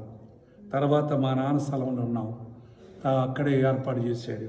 అక్కడి నుంచి మళ్ళీ సేవ చేశాడు. ఇదేంటి నాకు అర్థం కాదు, దేవుడు ఇక్కడ వాడుకుంటున్నా అంటున్నాడు కదా. అక్కడి నుంచి మళ్ళీ తర్వాత లేపేసేయమన్నారు. ఎక్కడికి వెళ్ళాలో అర్థం కాదు. దేవుడు ఆలోచనలు వేరు, దేవుని తలంపులు వేరు. మన ఎడల ఒకటే గుర్తుంచుకోవాలి, మనం అనుకుంటాం కానీ నీ బిడ్డల గురించి కూడా నీకేం తెలియదు, నీ భర్త గురించి కూడా నీకేం తెలియదు, నీ గురించి కూడా ఏం తెలియదు నీకు. నువ్వు అనుకున్న ఆలోచనలు అసలు జరగవు కూడా. దేవుడు అనుకున్నది మాత్రం జరిగింది. గట్టిగా చేద్దాం. దేవుడు అనుకున్నది మాత్రమే జరిగింది. మన అందుకోసం ప్రభు, నీ చిత్తమే నా ఎడల జరిగించు, నీ చిత్తమే మా పిల్లల ఎడల జరిగించు. అంతే తప్ప నా ఇష్టం జరగాలని అనుకున్నావా, అయిపోయింది. ఇంకా నీకు ఆశీర్వాదము రాదు. అర్థమైందా? మొన్న షాప్కి వెళ్ళాను బట్టలు తీసుకురాను. షాపుకి వెళ్ళేటప్పటికి ఒక బెదర్ వచ్చాడు. అన్నా నిన్న దినమని నేను ఈ చీర తీసుకెళ్ళాను, కొద్దిగా మార్చాలి అన్నాడు. మార్చాలన్నాడు. దేనికి బెదరు? మంచిగా చీర ఏంటి తీసుకున్నావు? ఎంత బెదరా చీర అన్న? 15,000 రూపాయలన్నా అన్నాడు. ఆ చీర 15,000 రూపాయలు చీర అది. అయితే ఏంటి బెదరు, మరి సిస్టర్ రాలేదా అన్న? మా మిస్సెస్ రాదు, నీకు ఇష్టం వచ్చింది తెమ్మంటది, కానీ ఆ కలర్ ఉందంట, నేను తీసుకెళ్ళేటప్పటికల్లా ఆ కలర్ ఉందండి, కలర్ ఉందని చెప్పింది, కలర్ మార్చడానికి వచ్చాను అన్నాడు. ఎంత తనకి ఇష్టమే అంటే, నీ ఇష్టం వచ్చింది తీసుకురమ్మంటే ఎంత తీసుకొచ్చాడో తెలుసా? 15,000 రూపాయలు చీర తీసుకున్నాడు. మళ్ళీ కలర్ నాకు ఉందని చెప్పేటప్పటికల్లా కలర్ మార్చుకొని వెళ్ళాడు. గట్టిగా చేద్దామా? నా దాంట్లోంచి వీడియో కాల్ చేసి, ఇగో ఇక్కడ ఉన్నాయి 6 కలర్లు ఉన్నాయి, ఏ కలర్ కావాలంటే మళ్ళీ అంటుంది నీ ఇష్టం అంటుంది. ఇంకా కలర్ చూశాడు, ఆయనకి నచ్చింది. దాని మీద ఇంకొక 2,000 ఎక్కువ ఉంది, 18,000 ఉంది దాని మీద. మరి మీద మీరు ఇచ్చిన దానికి ఇంకా 3,000 కట్టాలంటున్నారు వాళ్ళు.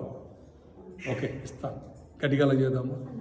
ఒక భర్తే నీ ఇష్టం అని అంటే, చూస్తున్నప్పుడు నీ ఇష్టం వచ్చింది దమ్మనంటే, చూస్తున్నప్పుడు 15,000 తెచ్చగా కొద్దిగా కలర్ ఉండేటప్పటికల్లా మళ్ళీ మార్చడానికి వచ్చి ఇంకొక 3,000 తీసుకొస్తే నాకు అనిపించింది, మరి సృష్టికర్త ఏమనుకోవాలి? నీ ఇష్టమయ్యా, నా ఎడల నీ చిత్తం ఏందో, నీ ఇష్టం జరిగించమంటే ఏం చేయాలి? ఏం చెప్పండి, గట్టిగా చేద్దామా? అంటే నీకు ఇష్టమని మన ఆయన నేను సృష్టించిన వాడు సృష్టికర్త ఆయన. చూడండి దేవుని పిల్లలారా, జాగ్రత్త గ్రహించండి. ఎప్పుడు కనుక ఇష్టముగా మనం ఉంటామో, ఆయన మన కొరకు చేసిన కార్యాలు, అద్భుతాలు అన్నీ కూడా చాలామంది అనుకుంటాం పోయిన తర్వాత చూస్తావే అనుకోండి. పోయిన తర్వాత ఇంకేం చూస్తావు? నువ్వు ఎక్కడుండగానే చూస్తావు ఆయన కార్యాలు, ఎక్కడుండగానే చూస్తావు, ఎక్కడుండగానే ఆయన మయంపరుస్తావు. గట్టిగా చేద్దామా? ఇంకొకటి ఏంటో తెలుసా? చిన్న విషయంలో చాలామంది ఏం చేస్తున్నారంటే,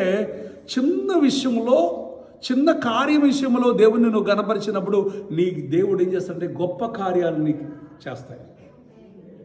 ఒక సహోదరి చూసినప్పుడు ఒక ఇంట్లో కూటమి ఏర్పాటు చేసుకుంది. నేను పిలిచింది, అమ్మా దేని నిమిత్తం ఈ కూటమిని ఏర్పాటు చేసుకున్నావు అమ్మా అన్న. అయ్యా చెప్పమంటవా? చెప్పు మరి ఈ దేనికోసం అనేది నాకు తెలవాలిగా అన్న. దేవుడు నాకు ఫోన్ కోసం ప్రార్థన చేసే 2 సంవత్సరాల నుంచి ప్రార్థన చేస్తే మా ఆయన 1200 రూపాయలు పెట్టి ఫోన్ కొనిచ్చాడు. దీనికోసం ప్రార్థన పెట్టించాను అంది. నాకు అన్నైపోయా. నేనేదో పెద్ద కార్యం చేస్తే, పెద్ద అబద్ధం చేస్తే నాకు అర్థం కావట్లా. 2 సంవత్సరాల నుంచి అడుగుతుందంట. ఎవరిని? వాళ్ళ ఆయన్ని అడుగుతుంది. అయితే ఉపవాసుడిని ప్రార్థన చేసిందంట.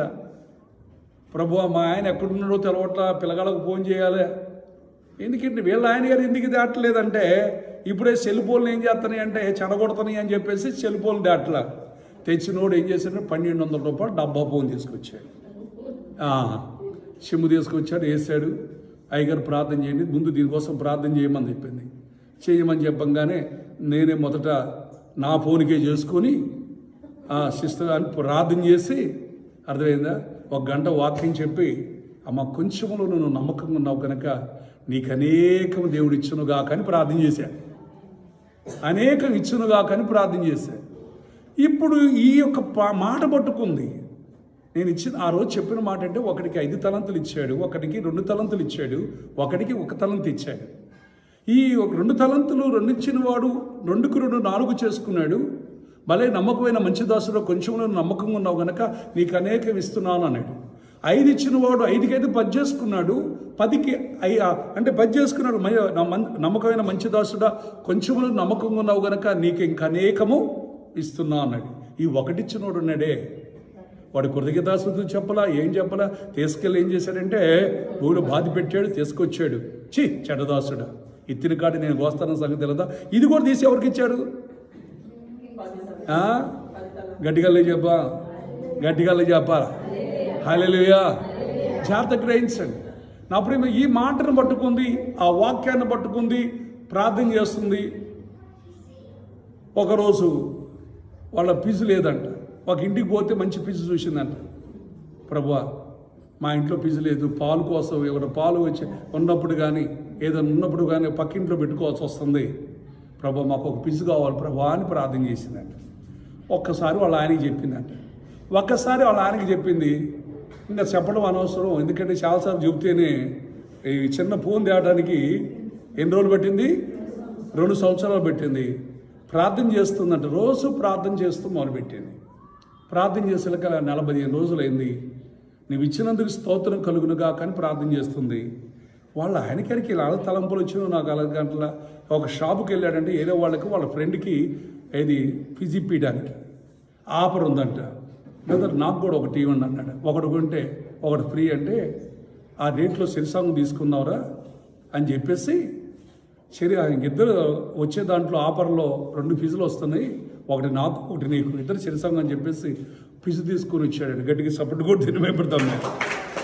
తీసుకొచ్చిన తర్వాత అయ్యగారు ప్రార్థన చేయడానికి రండి అంది. పోయాను. అయ్యగారు కూడా ఫీజు ఇచ్చారు దేవస్థానం. అంటే ఒక విషయాన్ని నాకు అనిపించింది, నిజమే, తన విశ్వాసం చూడండి. ఆ కొంచెములోనే నమ్మకంగా ఉండి ప్రభువుని ఘనపరిచింది. ఇశ్రాయేలు ప్రజలతో చెప్పింది కూడా అదే. దేవుడు నీవు ఇక్కడ తీసుకొచ్చిన తర్వాత, కానాను దేశం తీసుకొచ్చిన తర్వాత, నీకు సమృద్ధికి ఇచ్చిన తర్వాత, నీకు కట్టని ఇళ్ళిస్తున్నాను, తవ్వన బావులు ఇస్తున్నాను, నువ్వు నాటన ద్రాక్ష తోటలో నీకు ఇస్తున్నాను. కడుపు నిండా తిని నీవు యెహోవాను మర్చిపోతావో జాగ్రత్త అన్నాడు. గడిగాల చేద్దామా? మర్చిపోయారు. చాలామంది మర్చిపోయారు. అందుకోసం కొన్నిసార్లు ఎన్ని యుద్ధాలు వచ్చినాయో దాని మీదకి. ఇప్పుడు మర్చిపోవట్లేదు తెలుసా? ఇప్పుడు ఎందుకు మర్చిపోవటం లేదంటే, అప్పుడు వాళ్ళు కొద్దిగా అజ్ఞానులు కాబట్టి కొంచెం దేవుడు ఇప్పుడు మాత్రానికి ఎక్కడ 24 గంటలు నడవాల్సిందే. అసలు ప్రార్థన 24 గంటలు స్టార్ట్ అయింది ఎక్కడో తెలుసా? ప్రతిరోజు యెరూషలేములోనే. ప్రతి మందిరంలో కూడా 24 గంటలు ఆరాధన జరగాల్సిందే. ఎవరు బ్యాచీలు వారు బ్యాచీలుగా వాళ్ళు చూసినప్పుడు వెళ్ళి దేవుని ఆరాధిస్తున్నారు. ఇప్పుడు మనకి లేశారు. అక్కడి నుంచే స్టార్ట్ అయింది. అందుకోసమే 24 గంటలు ప్రార్థన ఆరాధన జరుగుతున్నప్పుడు నా దేశం ఎలా ఉంటుంది? ఆ దేశం ఎలా ఉంటుంది చెప్పండి. చిన్న దేశమైనా కూడా ప్రపంచ దేశములన్నిటికంటే గొప్పదిగా ఉంది. కారణం ఏంటి తెలుసా? ఆడే సృష్టికర్త అని యేసయ్య అక్కడే బెత్లెహేములో పుట్టి ఉన్నాడు కనుక. గట్టిగా చేద్దామా? అందుకోసం నా ప్రియమైన దేవుని ఈరోజు ఒక్క జ్ఞాపకం చేసుకో. చుట్టుపక్కల ఉన్న ప్రపంచ దేశాలన్నీ కూడా దాని మీదకి కాలు దూవడానికి ప్రతిది కూడా లేస్తున్నాయి. లేచినా కూడా వీళ్ళ దగ్గర ఉన్న వాటిని బాంబులు కానీ ఎవరి దగ్గర ఉన్న ఇవి కానీ అక్కడ వస్తుంటేనే కొన్ని 50 కిలోమీటర్లు చూస్తున్నప్పుడు 300 కిలోమీటర్ల దగ్గర ఉన్న శత్రువుని లేపే శక్తి గల బాంబులు ఉన్నాయంట వాళ్ళ దగ్గర. అసలు నాకు ఆశ్చర్యం పడింది, అంత జ్ఞానం ఎక్కడి నుంచి ఇచ్చాడా అని. కారణం ఏంటి తెలుసా? వాళ్ళు చేసే ప్రార్థన బట్టి. గట్టిగా చేద్దామా? అందుకోసమే ఎన్ని సమస్యలు వచ్చినా ఎన్ని వచ్చినా అక్కడ ఏం జరుగుతుంది? మళ్ళీ చదవమ్మా ఆ మాటని. యెహోవా నామములో ప్రార్థన చేయవారు రక్షించబడుతున్నారంట. వారు ప్రార్థన చేస్తున్నారు కనుకనే ప్రపంచ దేశములన్నీ కూడా చాలామంది కొన్ని దేశాల పక్కన ఉన్న వారి దేశాలు కూడా యుద్ధమునికి వచ్చినా కూడా దేవుడు కాపాడుతూనే ఉన్నాడు. గట్టిగా చేద్దామా? హల్లెలూయా. అందుకోసమే ప్రియమైన దినబడి జాగ్రత్త గ్రహించండి. ఈరోజు నువ్వు నేను ఈ ఉపవాసం ఉండి ప్రార్థన చేస్తున్నా నీకు ఇప్పుడు దాకా ఇంకా 5 రోజులు ఛాన్స్ ఇచ్చాను నీకు. ఈ 5 రోజులు ఉపవాసం ఉండి ప్రార్థన చేయి. ఇప్పుడు దాకా జరగని కార్యాలు 2026లో జరుగునుగాక. జరగాలంటే ఏం చేయాలంటే ఇప్పుడు దాకా నువ్వు దేవుడు ఈ సంవత్సరంలో చేసినవన్నీ నీవు దేవునికి కృతజ్ఞతాస్తుతులు చెల్లించు. ఈ కొద్దిగా చూస్తున్నప్పుడు దేవునికి ఇప్పుడు మొరపెట్టు. ఇప్పుడు ఇచ్చిన వాటిని బట్టి కృతజ్ఞతాస్తుతులు చెల్లించి నీకు మళ్ళీ నీకేం అవసరం ఉందో అవన్నీ ప్రార్థన చేయి, అడుగు. వాటన్నిటిని నువ్వు పొందుకుందువు గాక. ఏం చేశారంట? 21 వచ్చేలా ఉంటున్నాడు. దేశమా భయపడకుము, సంతోషించుము, యెహోవా నీ కొరకు గొప్ప కార్యము చేసి ఉన్నాడో. చేసే ఉన్నాడంట. ఏం చేసాడు అంటే? చేసి ఉన్నాడంటే ఆల్రెడీ చేసిను అంటే ఇంకా చేయబడలేదు అట్లా చేసెను. గట్టిగా చేద్దామా? అదే కీర్తన గ్రంథంలో అంటాడు 126 కీర్తన 2వ వచనం అంటాడు, మేము కలగలిగిన వారం ఏంటిమి, మా నోటి నిండా నవ్విండను, మా నాలుక ఆనంద గానంతో నిండును. అప్పుడు యెహోవా ఈయన కొరకు గొప్ప కార్యం చేస్తానని అన్ని జనులు చెప్పుకుందరు. యెహోవా మన కొరకు గొప్ప కార్యము చేసి ఉన్నాడు. గట్టిగా చేద్దామా? చేసి ఉన్నాడు. గట్టిగా సపోర్ట్ కూడా తినబడదామే. చేసి ఉన్నాడు. ప్రార్థన చేయి. నీ పిల్లలు గొప్పవాళ్ళు అవుదురుగాక. నువ్వు ఒకటే ప్రార్థన చేయి, నా కుమారుడు గొప్పవాడు అవుతాడంటే కుమారుడు గొప్పవాడు అవుతాడు. మరి నువ్వు పనికిరావురా అన్నావు అనుకో, పనికిరాడు. పనికి రాని వాడిని కూడా ఏం చేయాలంటే, ఒక ఆయన ప్రార్థన చేశాడంట. చెట్టు ఎండిపోయిందంట. చెట్టు ఎండిపోతే భయం ఎక్కువ. చెట్టు ఎండిపోవటం ఏంటి? వర్షాకాలము నీళ్లు కూడా ఉన్నాయి, అన్నీ ఉన్నాయి, సమృద్ధి. ఎండాకాలం కూడా కాదు, ఈ చెట్టు ఎండిపోయింది. నా ఇంటి ముందున్న చెట్టు ఎండిపోయింది. ఏనండి జాగ్రత్త. చెట్టు ఎండిపోతే వాళ్ళేలా పిలిపించాడంట. ఎవడో శాతబడి చేశాడు చేశాడు. ఒక్కొక్కరు అబ్బాయి ఎండిపోయిన చెట్టు ఇంటి ముందు ఉండకూడదు, దాన్ని కొట్టేస్తాయి అంటున్నారంట. నేను ఒకరోజు పోయాను. ఏనాడు జాగ్రత్త. నేను ఒకరోజు వాళ్ళ ఇంటికి పోతే, పాస్టర్ గారు ఎందుకు మా చెట్టు ఎండిపోయింది.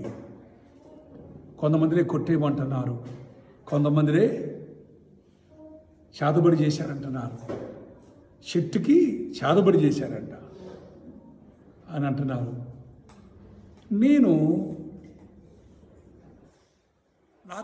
నాకు అర్థం కాదు. ప్రార్థన చేస్తున్నప్పుడు నాకు ఒక దర్శనం చూపించాడు దేవుడు. మళ్ళీ ఎండిపోయి మళ్ళీ సిగిరిస్తున్నట్టుగా దేవుడు చూపించాడు. నేనన్నా, బ్రదరు ఒక్క 21 రోజు దాకా ఓపిక పట్టు. అప్పుడు దాకా కొద్దిగా ప్రార్థన చేయి. నీకు ఓపిక ఉంటే 21 రోజు ఉపవాసం ఉండి ప్రార్థన చెయ్యి. అప్పటికల్లా చెట్టు పచ్చగా అయిందనుకో నరకాల్సిన అవసరము, చెట్టు అవసరమేనా అన్నా మేము ఎండాకాలం వచ్చిందంటే దాని కింద ఉంటాం. ఆ చెట్టు మాకు ఉండటం వల్ల మా ఈ రేకులు ఎప్పుడు కూడా ఎండ దెబ్బ అంటే మాకు ఇటు వచ్చినప్పుడు చెట్టు మాకు ఇటు నీడొస్తుంది, ఇటు వచ్చినప్పుడు మాకు నీడుంటుంది. ఆ చెట్టు ఉండటం వల్ల మాకు ఎప్పుడు సంతోషం ఉంది. గట్టిగా చేద్దామా? అయితే 21 రోజు ఉపవాసం ఉండి ప్రార్థన చేయమని చెప్పినప్పుడు ఇంకా ఉపవాసం ఉండి ప్రార్థన స్టార్ట్ చేశాడు. ఎప్పుడు ఉపవాసం ఉండి ప్రార్థన చేయటం మొదలుపెట్టాడో చెట్టు కాడికి రావటం, ప్రార్థన చేయడం, చెట్టును పట్టుకొని యేసునామములో ప్రభువా ఈ చెట్టు పచ్చగా ఉనుగా కానీ సిగిరించునుగా కానీ ప్రార్థన చేస్తున్నాడట. 2 వారాలు అయిపోయింది, అప్పటికి 14 రోజులు అయిపోయింది. ప్రార్థన చేస్తున్నాడు. ఆ రాత్రి చూపిస్తున్నాడు, ఆ సిగురిస్తున్నట్టుగా చూపించాడంట. చెట్టు మళ్ళీ కొత్త సిగురు వస్తున్నట్టు చూపించాడంట. చూపించేటప్పటికల్లా పోయాడు, చూస్తున్నాడు, మొత్తం పరిశీలన చేస్తున్నాడు. చేసేటప్పటికల్లా ఒక దాని ఎండిపోయిన పక్కన పచ్చగా సిగురు వచ్చిందంట. గడ్డికి సపట్టుకు దీన్ని పెట్టదు. ఇంకా ఆయన ఆనందానికి అద్దులు లేవు. నాకు చూసినప్పుడు నాకు ఫోన్ చేశాడు, పాస్టర్ గారు మీరు చెప్పినట్టు కాలం 7 రోజుల్లో 14 రోజుల్లోనే సిగురు వస్తుంది గారు అని. వస్తుంది మిత్ర, దేవుడు నాకు ఇది ముందే చూపించాడు. ఉపవాసాన్ని ప్రార్థన చేయి, ఇంకొక 7 రోజులు ఉంది కదా ప్రార్థన చేయి. గట్టిగా చేద్దామా? 7 రోజులలో 21 రోజుకల్లా చూసినప్పుడు ఎండిపోయిన చెట్టు పచ్చగా మారటం మొదలుపెట్టింది. దేవుని స్తోత్రం. దేవుడు చేయగలడు. అది కూడా నీ విశ్వాసాన్ని బట్టి. ఆవుగిన్నంత విశ్వాసం అంటే కొండలేసి సముద్రంలో పడునుగా. అందుకోసమే చెట్టును చూసిన బైబిల్ గ్రంథంలో ఒక చెట్టు, యేసు ప్రభువారు ఒక మాట చెప్పాడు చెట్టుకి. ఏం చెప్పాడో ఇప్పుడు నేను అడిగిన వాళ్ళనే చెప్పాలి. మా మరియమ్మ గారు మా అమ్మ చెప్పాలి. మమ్మీ ఏం చెప్పాడు చెట్టుతోటి?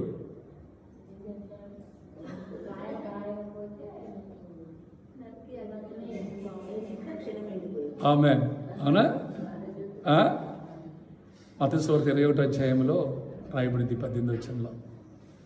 అక్కడ అంటాడు, ఆయన పొద్దున్నే లేచి ఆయన పట్టణంలోకి వెళ్తున్నప్పుడు బాగా ఆకలిగా ఉన్నాడు.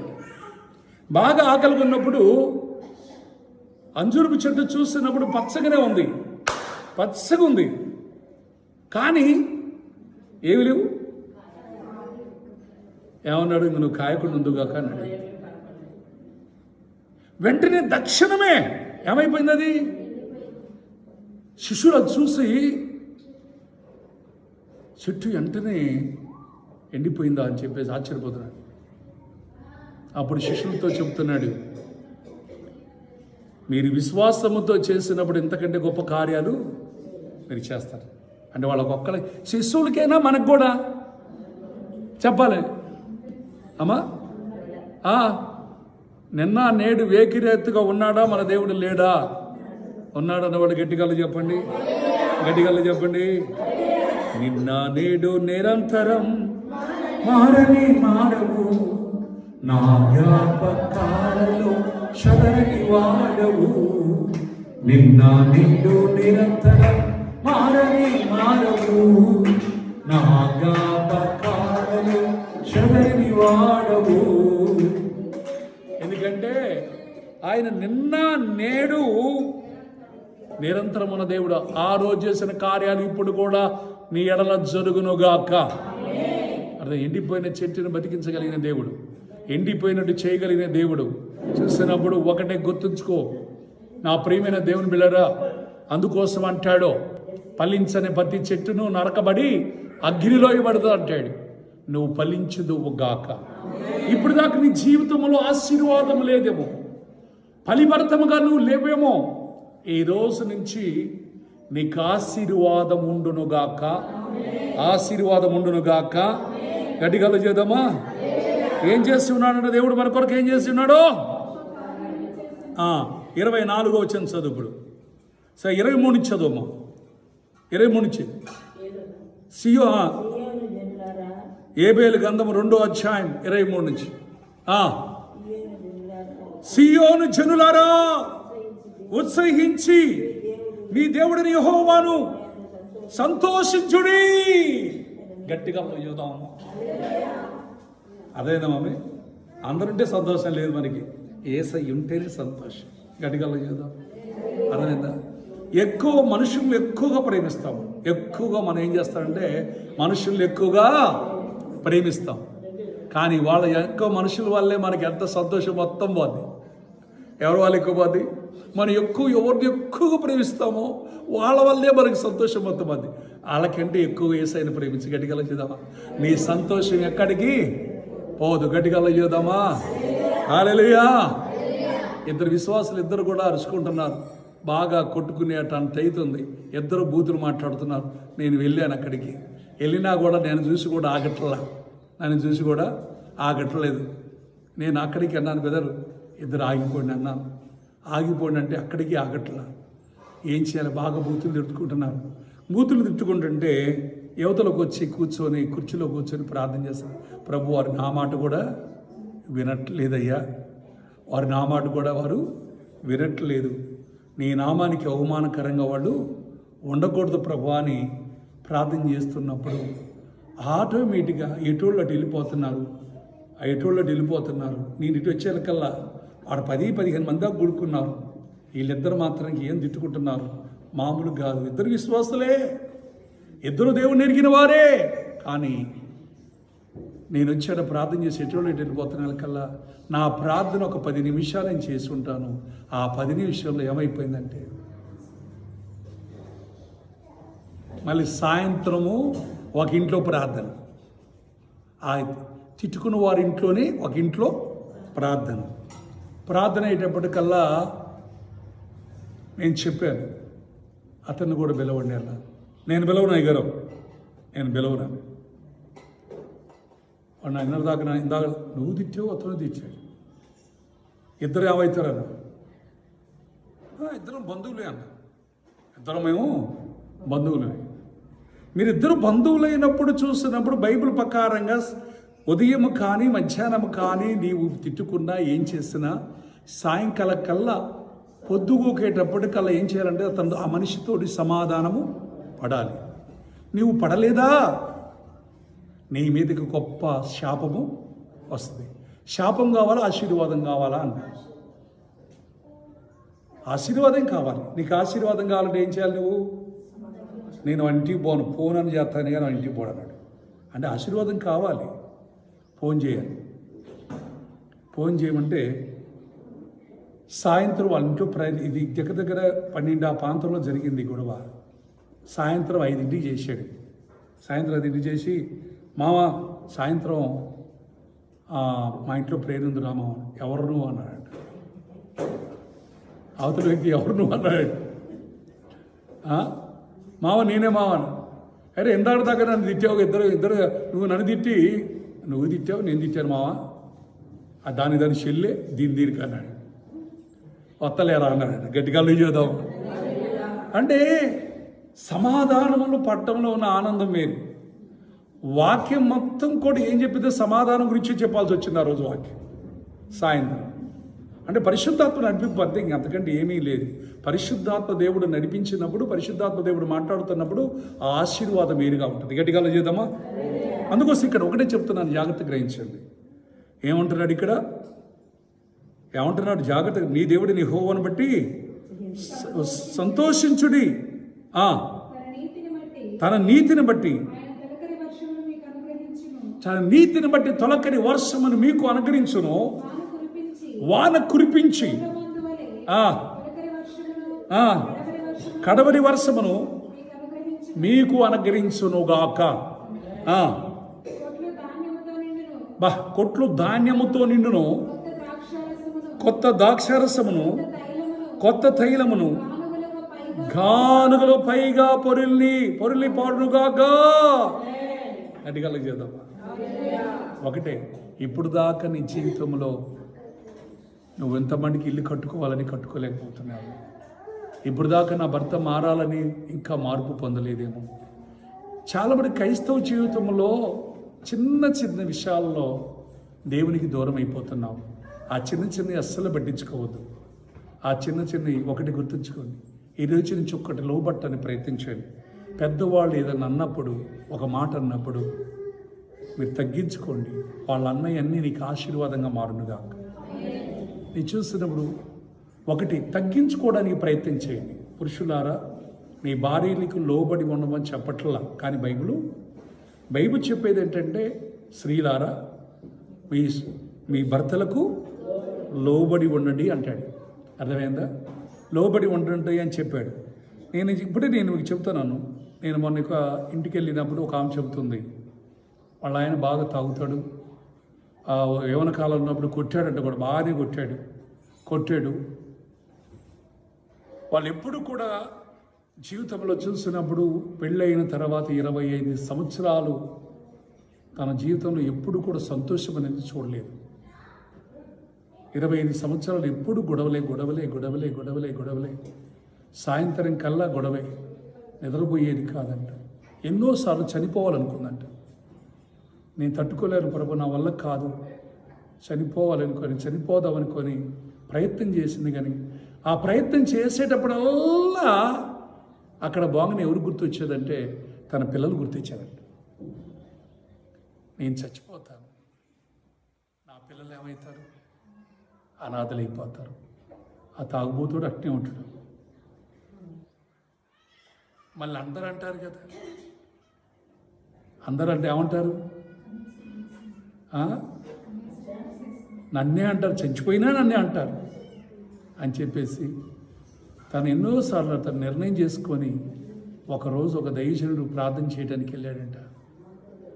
మాకున్న శ్రమలు, మాకున్న కష్టాలే గారు, నీ దేవుడు కూడా తీర్చలే. వాడు 25 సంవత్సరాల నుంచి బాధపడుతున్నా అయితే ఆయన ఒకటే అన్నాడండి, ఇప్పుడు దాకా అన్నీ చూసావు కదమ్మా, ఈయన కూడా చూడు, ఈయన ఎందుకు కూడా విశ్వాసం ఉంచు, ఈయన నమ్ము, ఖచ్చితంగా నీ ఇంటికి సమాధానం వచ్చునుగాక, నీ ఇంట్లో నీ భర్త మార్పు పొందునుగాక అని చెప్పేసి ప్రార్థన చేసి వచ్చాడంట దైవజనుడు.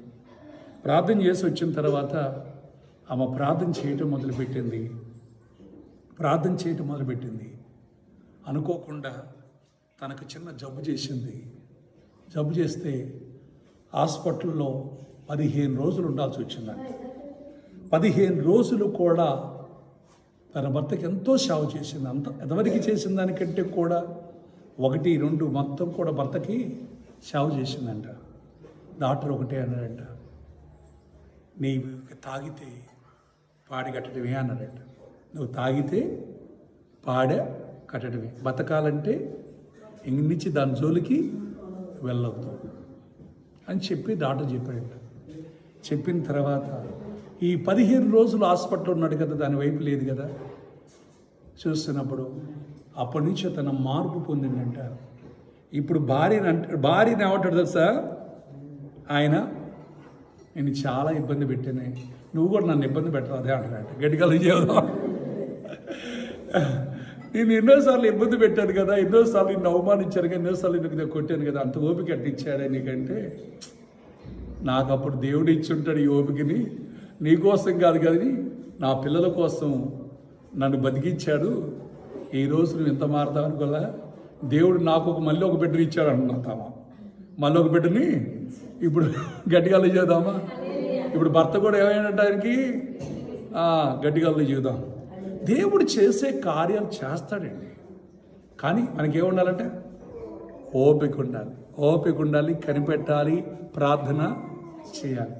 ఎప్పుడు అదే రీతిగా ఉండదు. ఇప్పుడు చలికాలం వచ్చింది, ఏమొస్తుంది, కొద్దిగా ఆగితే వణుకు వచ్చిపోద్ది. అర్థమైందా? ఏమనిపిస్తుంది, బాగా వణుకు వస్తుంటే ఏమనిపిస్తుంది, ఎండ ఉంటే బాగు, ఎండాకాలం వస్తుంది బాగు, అంతేనా? ఎండాకాలం మనిషి ఎండ వస్తే బాగుండదు. ఎండ కూడా ఇప్పుడు ఎండ ఎట్టుంది, అసలు ఫ్యాన్లు వేస్తున్నాం. ఇప్పుడు ఎంత అయింది? ఖచ్చితంగా టైము 1:30 కావస్తుంది. ఒక ఫ్యాన్ కూడా ఇట్లా అంటే ఇప్పుడు కూడా చలి ఉంది. ఓకే, ఈ 4 నెలలు చలికాలం పోయిన తర్వాత ఎండాకాలం వస్తుంది. అప్పుడు ఎండాకాలం ఏమనిపిస్తుంది? చలికాలం అప్పుడే బెటర్. చలికాలం అప్పుడే బాగా చల్లగా ఉంది, చెమట కూడా పోయలేదు. ఇప్పుడు చెమట పోతుంది, ఇసురుకోవాల్సి వస్తుంది. అర్థమైందా? ఎండ దెబ్బ, వడదెబ్బ తగులుతుంది అనిపిస్తుంది మనిషి. తర్వాత ఇది పోయిన దాని గురించి ఆలోచిస్తాం, చలికాలమే బాగుందని. మళ్ళీ ఈ ఎండాకాలం పోయిన తర్వాత ఇంకోటి వస్తుంది, ఇంకొక 4 నెలలు వర్షాకాలం. ఈ వర్షాకాలము బయటికి అడుగు పెడితే బురద. అప్పుడేమనిపిస్తుంది? మళ్ళీ ఎండాకాలం ఇంటి ముందు బురద చూసి ఇవన్నీ చూసి బట్టలు ఎండక మనిషి పోయిన దాని గురించి ఎక్కువ ఆలోచన చేస్తాం. అవునంటారు? పోయిందే మంచిది. మన జీవితంలో కూడా ఇంకా 5 రోజుల్లో ఇప్పటిదాకా మన జీవితంలో ఎన్నో చేదు అనుభవాలు ఉండొచ్చు, మంచి అనుభవాలు ఉండొచ్చు, చెడ్డవన్నీ ఎన్ని తొలగిపోనుగాక. ఇంక నుంచి మన జీవితాన్ని గొప్ప మధురముగా మార్చునుగాక. ఎలాంటి మధురం అంటే మామూలు విషయం కాదు. చూడండి, నిర్గమాకాండం 15వ అధ్యాయం 25వ వచనం అనుకోండి,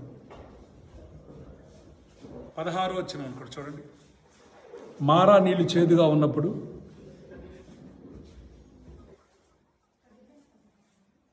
15వ అధ్యాయంలోనే మారా నీళ్లు చేదుగా ఉన్నప్పుడు మోషే దగ్గరికి వెళ్ళి అంటుంటారు. ఎన్నో వచ్చిండ్రా? 23వ వచనం. మారా నీళ్లు చేదుగా ఉన్నప్పుడు వారు ఆ నీళ్లు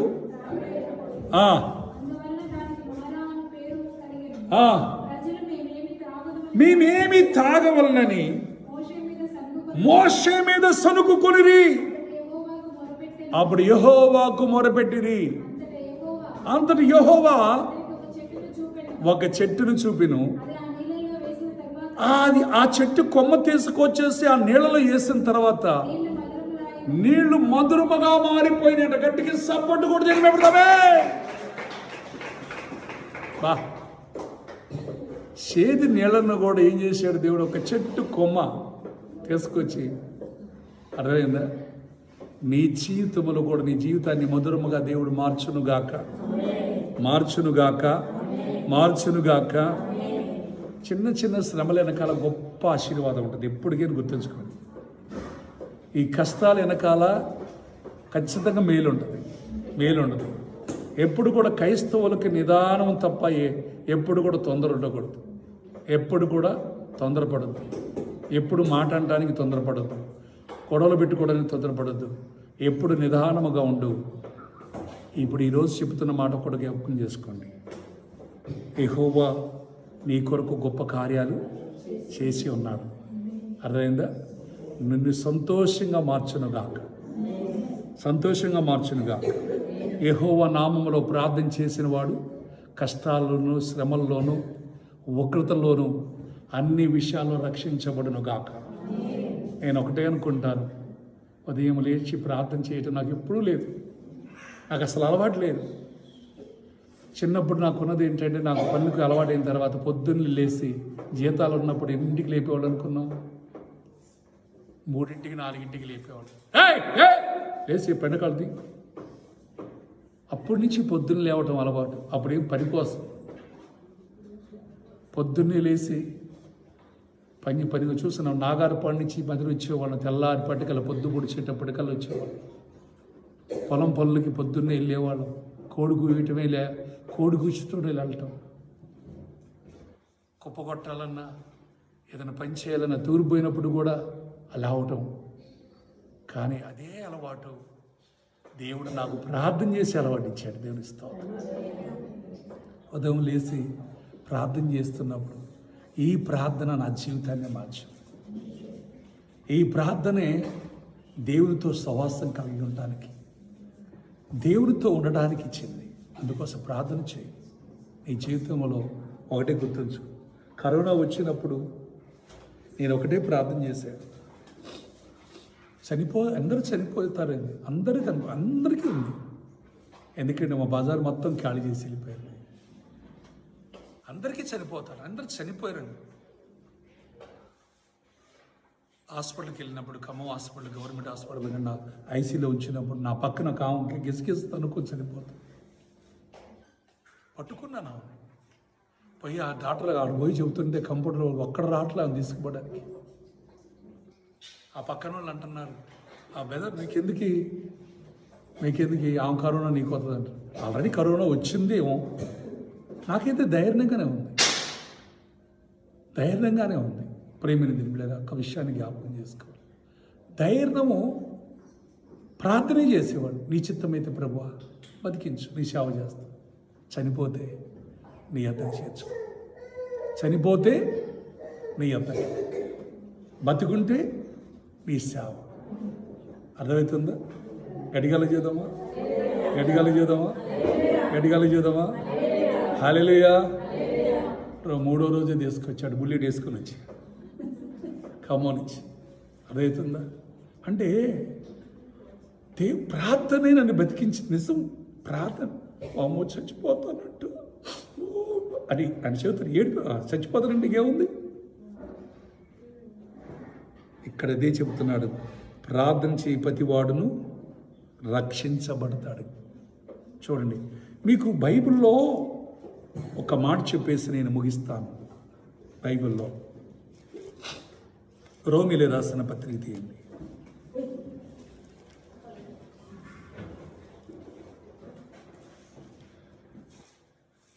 రోమిలకు రాసిన పత్రిక 10వ అధ్యాయం 13వ వచనం. ప్రభు నామమును బట్టి ప్రార్థన చేయువాడు ఎవడో వాడు రక్షించబడును, వాని విశ్వసించని వానికి ఎలాగూ ప్రార్థన చేయరు.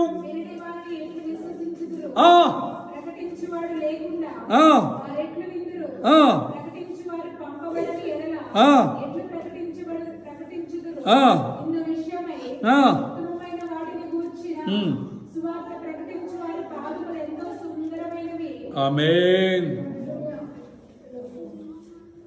అదేందా? ప్రార్థన చేయ ప్రతివాడు, ప్రభు నామం బట్టి ప్రార్థన చేయవాడు మాత్రమే రక్షించబడతాడు. గట్టిగా సప్పట్లు కొట్టేయడమే. అపొస్తలుల కార్యం 2వ అధ్యాయం 21వ వచనం. 21వ వచనం చదవండి.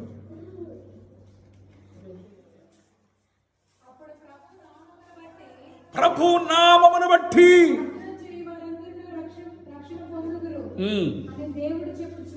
గట్టిగా చేద్దాం. నువ్వు రక్షణ పొందుతావు అంటే రక్షించబడతావు, రక్షణ పొందుతావు. ఆ రక్షణే ప్రభు నామంలో నువ్వు ప్రార్థన, నేనైనా నువ్వైనా ప్రార్థన చేయబట్టే సగ్గుమైపోయినావు. అర్థమవుతుందా? ఈరోజు సజీవురాలుగా ఉన్నావంటే కూడా మేము అనుకున్నాం. ఆ రోజు ఉపవాస ప్రార్థనలు, అప్పుడు కూడా ఉపవాస ప్రార్థనలు జరుగుతున్నాయి ప్రతిరోజు. అసలు పొద్దున్నే వచ్చేది, ఉదయకాలంలో వచ్చేది. అందరికంటే ముందు ఉండేది, వచ్చి నేను లావుకు తలికే ముందు ఉండేది. కానీ భయంకరమైన పరిస్థితి వచ్చింది.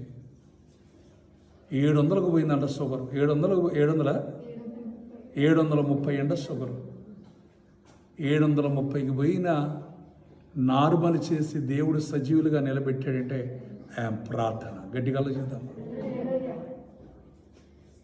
అందుకోసం దావీదు మా మన్ను నిన్ను స్తుతించుదా అంటాడు. పాతాళాన్ని ఎవరన్నా నీ కృతజ్ఞతాస్తుతులు చెల్లిస్తారయ్యా? నేను మూలుగుతూ అలసి ఉన్నా, ప్రతి రాత్రి నేను కన్నీరు. ఇది కూడా చేసింది ప్రార్థనే. తన తప్పులు తను తెలుసుకున్నాడు కనుకే దేవుడు లెక్క ప్రకారం అయితే కుమారుడి కంటే ముందు చనిపోవాల్సింది ఎవరంటే దావీదే. మరి దావీదు తన తప్పును ఒప్పుకొని ఉపవాసుండి ప్రార్థన చేశాడు. అప్పుడు తన ప్రార్థన ఆలకించాడు, స్వస్థపరిచాడు, దేవుడు ఆయుష్ ఇచ్చాడు. గట్టిగా చేద్దామా? నీ చేతిలో ఉంది. మళ్ళీ 2026 కూడా ఆశీర్వాదముగా ఉండాలంటే నీ ప్రార్థన ఏమవ్వాలంటే రెట్టింపవ్వాలి. ఏమవ్వాలా? నీ విశ్వాసము రెట్టింపవ్వాలి, నీ క్రియలు రెట్టింపవ్వాలి. దేవుని పిల్లలారా, దేవుడు అద్భుతాలు చేసేవాడు. గట్టిగా చేద్దామా? దేవునికి సాధ్యం కానిది లేదు. ఈ రోజు నుంచి ఆ వాక్యాన్ని మీరు ఈ 4 రోజులు మీరు ధ్యానం చేయండి. ఆ వాగ్దానాలన్నీ కూడా 2026లో జరుగునుగాక. మీరు ఇప్పుడే ప్రారంభం అవునుగాక, ఈ రోజు నుంచే జరుగునుగాక. దేవుడు చేస్తాడు. ప్రార్థన చేయి. అదైతుందా? ప్రార్థన చేయి. ఖమ్మం చర్చి ఆగిపోతుందని ప్రార్థన చేస్తే ఇద్దరిని చూపించాడు దేవుడు. ఆ ఇద్దరిని చూపించినప్పుడు, అయ్యా మిమ్మల్ని ఇద్దరిని చూపిస్తున్నాడు, మీరే నిలబడుతున్నారంట. నిలబడ్డారు, అయిపోయింది. నేను ఓపెన్ కూడా అయిపోయింది. గట్టిగా చేద్దాం. దేవుడు చేసే కార్యాలు అద్భుతంగా ఉంటాయి. ఆళ్ళపాడు చర్చి కాడికి వెళ్ళినప్పుడల్లా మామూలుదే అర్థన్నాను. ఇక్కడే మందిరం మంచిగా నీట్గా ఉంది. నేను అది కూడా వేపియాలనిపిస్తుంది నాకు. ఎందుకంటే మందిరం నీట్గా ఉండాలి. దేవుని మందిరము చాలా అర్థమైంది. చాలామంది ఇల్లు కట్టుకుంటున్నారు. నేను చూశాను, ఒక దైవజనుడు ఇల్లు కట్టుకున్నాడు బాగా. మందిరం మాత్రం రేకుల షెడ్డు. మందిరం మాత్రము రేకుల షెడ్డు. ఇల్లు మాత్రానికి సుందరంగా కట్టుకున్నాడు. ఆయన చెప్పిన మాట ఏంటో తెలుసా? ఏనండి, ఆయన చనిపోయేటప్పుడు ఒక మాట చెప్పాడు ఆ దైవజనుడు. తన కుమారుతో చెప్పాడంట, నువ్వు సేవ చేద్దాం అనుకుంటున్నావు నాన్న అంటే, నేను చేయాలనుకుంటున్నా నాన్న, చేస్తాను, నీ తర్వాత ఇంకా నేనే కదా. నువ్వు సేవ చేయాలంటే ముందు మన ఇల్లు పడేయన్నట్ట. మన ఇల్లు పడేసి మందిరం మంచిగా కట్టన్నాడంట. మందిరం ఒక దేవుని మందిరం మంచిగా కట్టు అన్నాడు. అది నాన్న, అంత బాగా కట్టుకొని, అంత సుందరంగా కట్టుకొని, పాలిస్ రాయితో కట్టుకొని, ఆ ఇంటికి దగ్గర మనం 20 లక్షల దాకా పెట్టుంటాం. అంత మంచి బెడ్రూమ్లో ఎంత అలంకరంగా ఇల్లు కట్టుకుని అది పడేయమంటావు ఏంటి అన్న అన్నాడు. నా దేవుని మందిరం ఎంతో సుందరంగా ఉండాల్సింది, నా ఇల్లు కట్టుకున్నాను. అందుకోసం నేను ఇంకా జీవించాల్సింది పోయి ఈరోజు నేను పరలోకానికి కూడా వెళ్తానని నాకు లేదు. నువ్వు అది చేస్తే ఖచ్చితంగా దేవుని రాజ్యానికి వెళ్తాను అన్నాడు. నేను పడగొట్టను అన్నాడట. ఏం కొడుకు కూడా తప్పు చేసేటట్టే ఉన్నాడు. నాకు కొంత ఆయుష్, ఆ ఇల్లు పడగొట్టిన దాకా నాకు కొద్దిగా ఆయుష్ ప్రభు అన్నాడట. అని చెప్పేసి దేవుడు తెల్లారికి కొంచెం ఆయుష్ ఇచ్చాడు, మంచి ఆరోగ్యం ఇచ్చాడు. ఇచ్చిన తర్వాత మందిరంలోకి వెళ్ళి ఆయన చెప్తున్నాడట. భార్యతో చెప్పాడు, సంఘంతో చెప్పాడు, రేపు మా ఇల్లు పడేయడానికి కొంతమంది పని వాళ్ళని ఏర్పాటు చేయండి అన్నాడు. అన్నప్పుడు భార్య గొడవ పెట్టుకుందంట. పాస్టమ్ గారు, నీకేం ఇల్లు ఎందుకు పడేస్తాను అని చెప్పిందంట. కొడుకు గొడవ పెట్టుకున్నాడంట. మీరు ఏదైనా చెప్పండి, నా ఇల్లు పడేయాలి అని చెప్పేసి అంటే ఇంట్లో ఇంక మనశ్శాంతి లేదు. ఏది ఎక్కువ ప్రేమిస్తున్నారు ఇప్పుడు? దేవుని కంటే కూడా, మందిరం కంటే కూడా చూసినప్పుడు ఇంటి మీద ఉన్న ప్రేమ ఎవరి మీద లేదు. నేను ఇది పడైపోతే నరకానికి పోతానని అంట. ప్రతి రూపాయి దేవుడిచ్చిన ప్రతి రూపాయి కూడా నేను మందిరము కట్టకుండా, ఇవన్నీ నా అనుభవాలు, ఒక్కొక్కటి చెప్తున్న అనుభవాలు అనమాట. నేను మందిరము కట్టకుండా నేను ఇంటిని కట్టుకున్నాను. ఈరోజు నేను నరకానికి వెళ్తాను, నీవు కూడా వెళ్తావు అన్నాడంట. గొడవ పెట్టుకొని చాలా గొడవ పోయిందంట. వాళ్ళ అమ్మగారి ఇంటికి పోయిందంట. ఈ కొడుకుని కూడా పోయిందంట. ఇదే ఛాన్స్ అనుకున్నాడు. తెల్లారిపటికల్లా పూర్తిగా నేలమట్టం చేశాడట. గట్టికి సప్పటి కొట్టింది మేము. నేలమట్టం చేసి వీళ్ళకి తెలిసింది. 2వ రోజు తిరిగి వచ్చాడు. ఇల్లంతా నేలమట్టం అయిపోయింది. మందిరానికి ప్లాన్ వేశాడు. మీరు ఉంటే ఉండండి, లేకపోతే వెళ్ళిపోండి. ఇది మీది కాదు, ఇది సంఘాంది, ఇది దేవుడిది. ఇది నీ సొంతం కాదు, ఇది నా సొంతం కాదు, కొడుక నీ సొంతం కూడా కాదు, ఇది దేవునిది. కనుక నన్ను బతికించాడంటే మళ్ళీ ఏదో చేయబోతున్నాడు దేవుడు. కనుక వెళ్ళిపోయారు కోపంతో వెళ్ళిపోయారు. మందిరం మొదలుపెట్టి 3 నెలల్లో మందిరం కట్టబట్టడం మొదలుపెట్టిందంట. మన మందిరం మొదలుపెట్టిన తర్వాత భార్య రావటం మొదలుపెట్టింది, కొడుకు రావటం మొదలుపెట్టింది. ఒక మందిరాన్ని ఎంతో సుందరముగా ఆ మందిరంలో ప్రార్థన 15 సంవత్సరాలు బతికాడంట. గట్టి సప్పట్లు కూడా తెలిపాడు. సేవకుడు 80 సంవత్సరాలు వచ్చేంత బతికాడు. అంటే నువ్వు చేసే మంచి పనులు ఉంటాయే దేవునికి ఇష్టమైనవి, దేవునికి ఇష్టమైనది కాదు. అసలు నాకు ఆశ్చర్యం, ఇల్లు పడగొట్టడం అంటే మామూలు విషయం కాదు. ఆ దైవజనుడు చేశాడు. ఆయన తప్పులన్నీ ఆయన ఒప్పుకునేటప్పుడు, మనకి ఏదైనా బలహీనత వచ్చినప్పుడు, సమస్య వచ్చినప్పుడు, బాధ వచ్చినప్పుడు ఒప్పుకుంటుంటాం. గట్టిగా అవునా? మన తప్పులన్నీ ఒప్పుకుంటుంటాం. అప్పుడే దేవుడు బయలుపరుస్తాడు. మనం ఏ స్థితిలో పడితే ఓ జ్ఞాపకం చేసుకో అంటాడు. ప్రకటన గ్రంథంలో అంటాడు కదా, ప్రకటన గ్రంథంలో 2వ అధ్యాయంలో 5వ వచనం అంటాడు కదా, నువ్వు ఏ స్థితిలో పడితే ఓ జ్ఞాపకము చేసుకోను, మారు మనసు పొందు. ఏమంటున్నాడు? పొందితేనే సరే, లేని ఎడలా నీ యొద్దకు వచ్చి నీ దీపస్తంభం నా చోటు నుండి గట్టిగా చేద్దామా? హల్లెలూయా. ఇక్కడ మా సువార్తమ్మ గారు ఉంది. ఇప్పుడు ఎన్ని సంవత్సరాలు మమ్మీ? కాబట్టి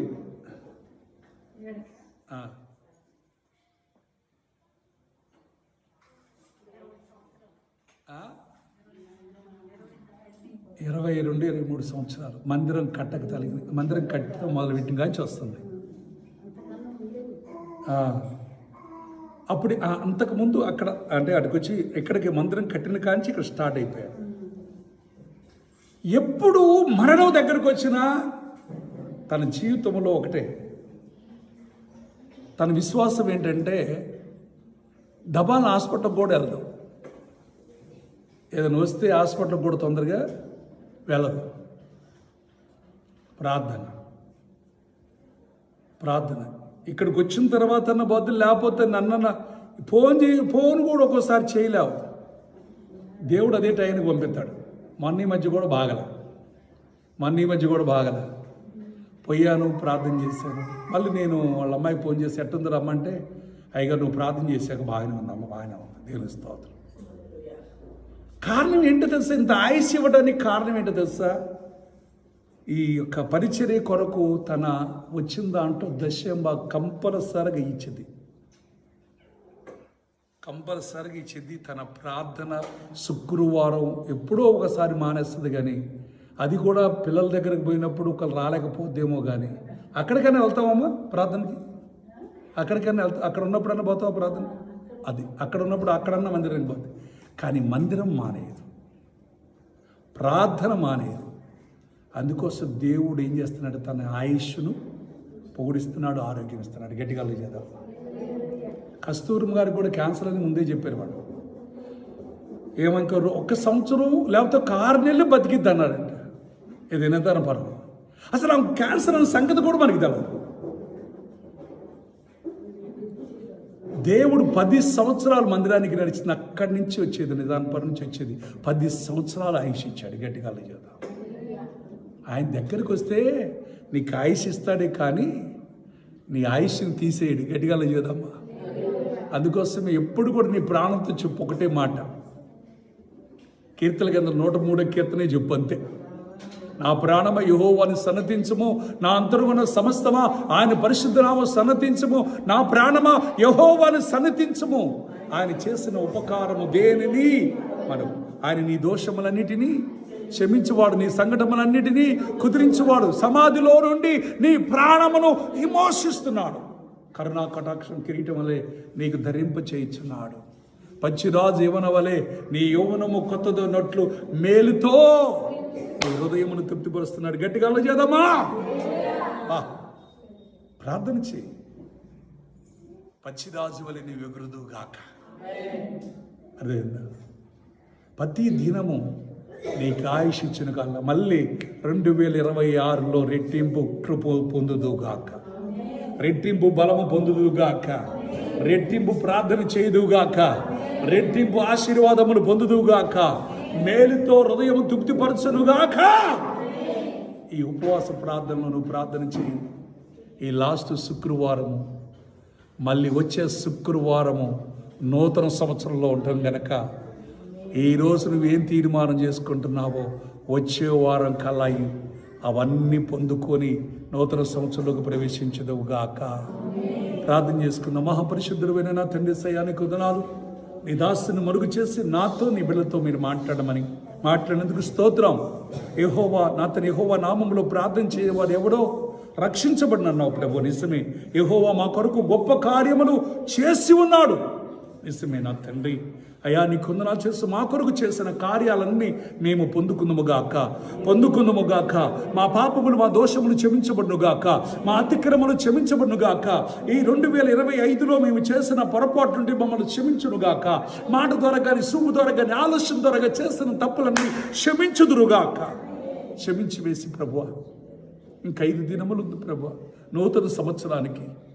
నేను మీ రక్తంతో నన్ను కడిగి పరిశుద్ధపరిచి నూతన సంవత్సరంలోకి 2 ఆశీర్వాదముతోటి, 2 ఆత్మతోటి, 2 అభిషేకముతో నన్ను నింపి నన్ను బలపరిచి స్థిరపరచమని.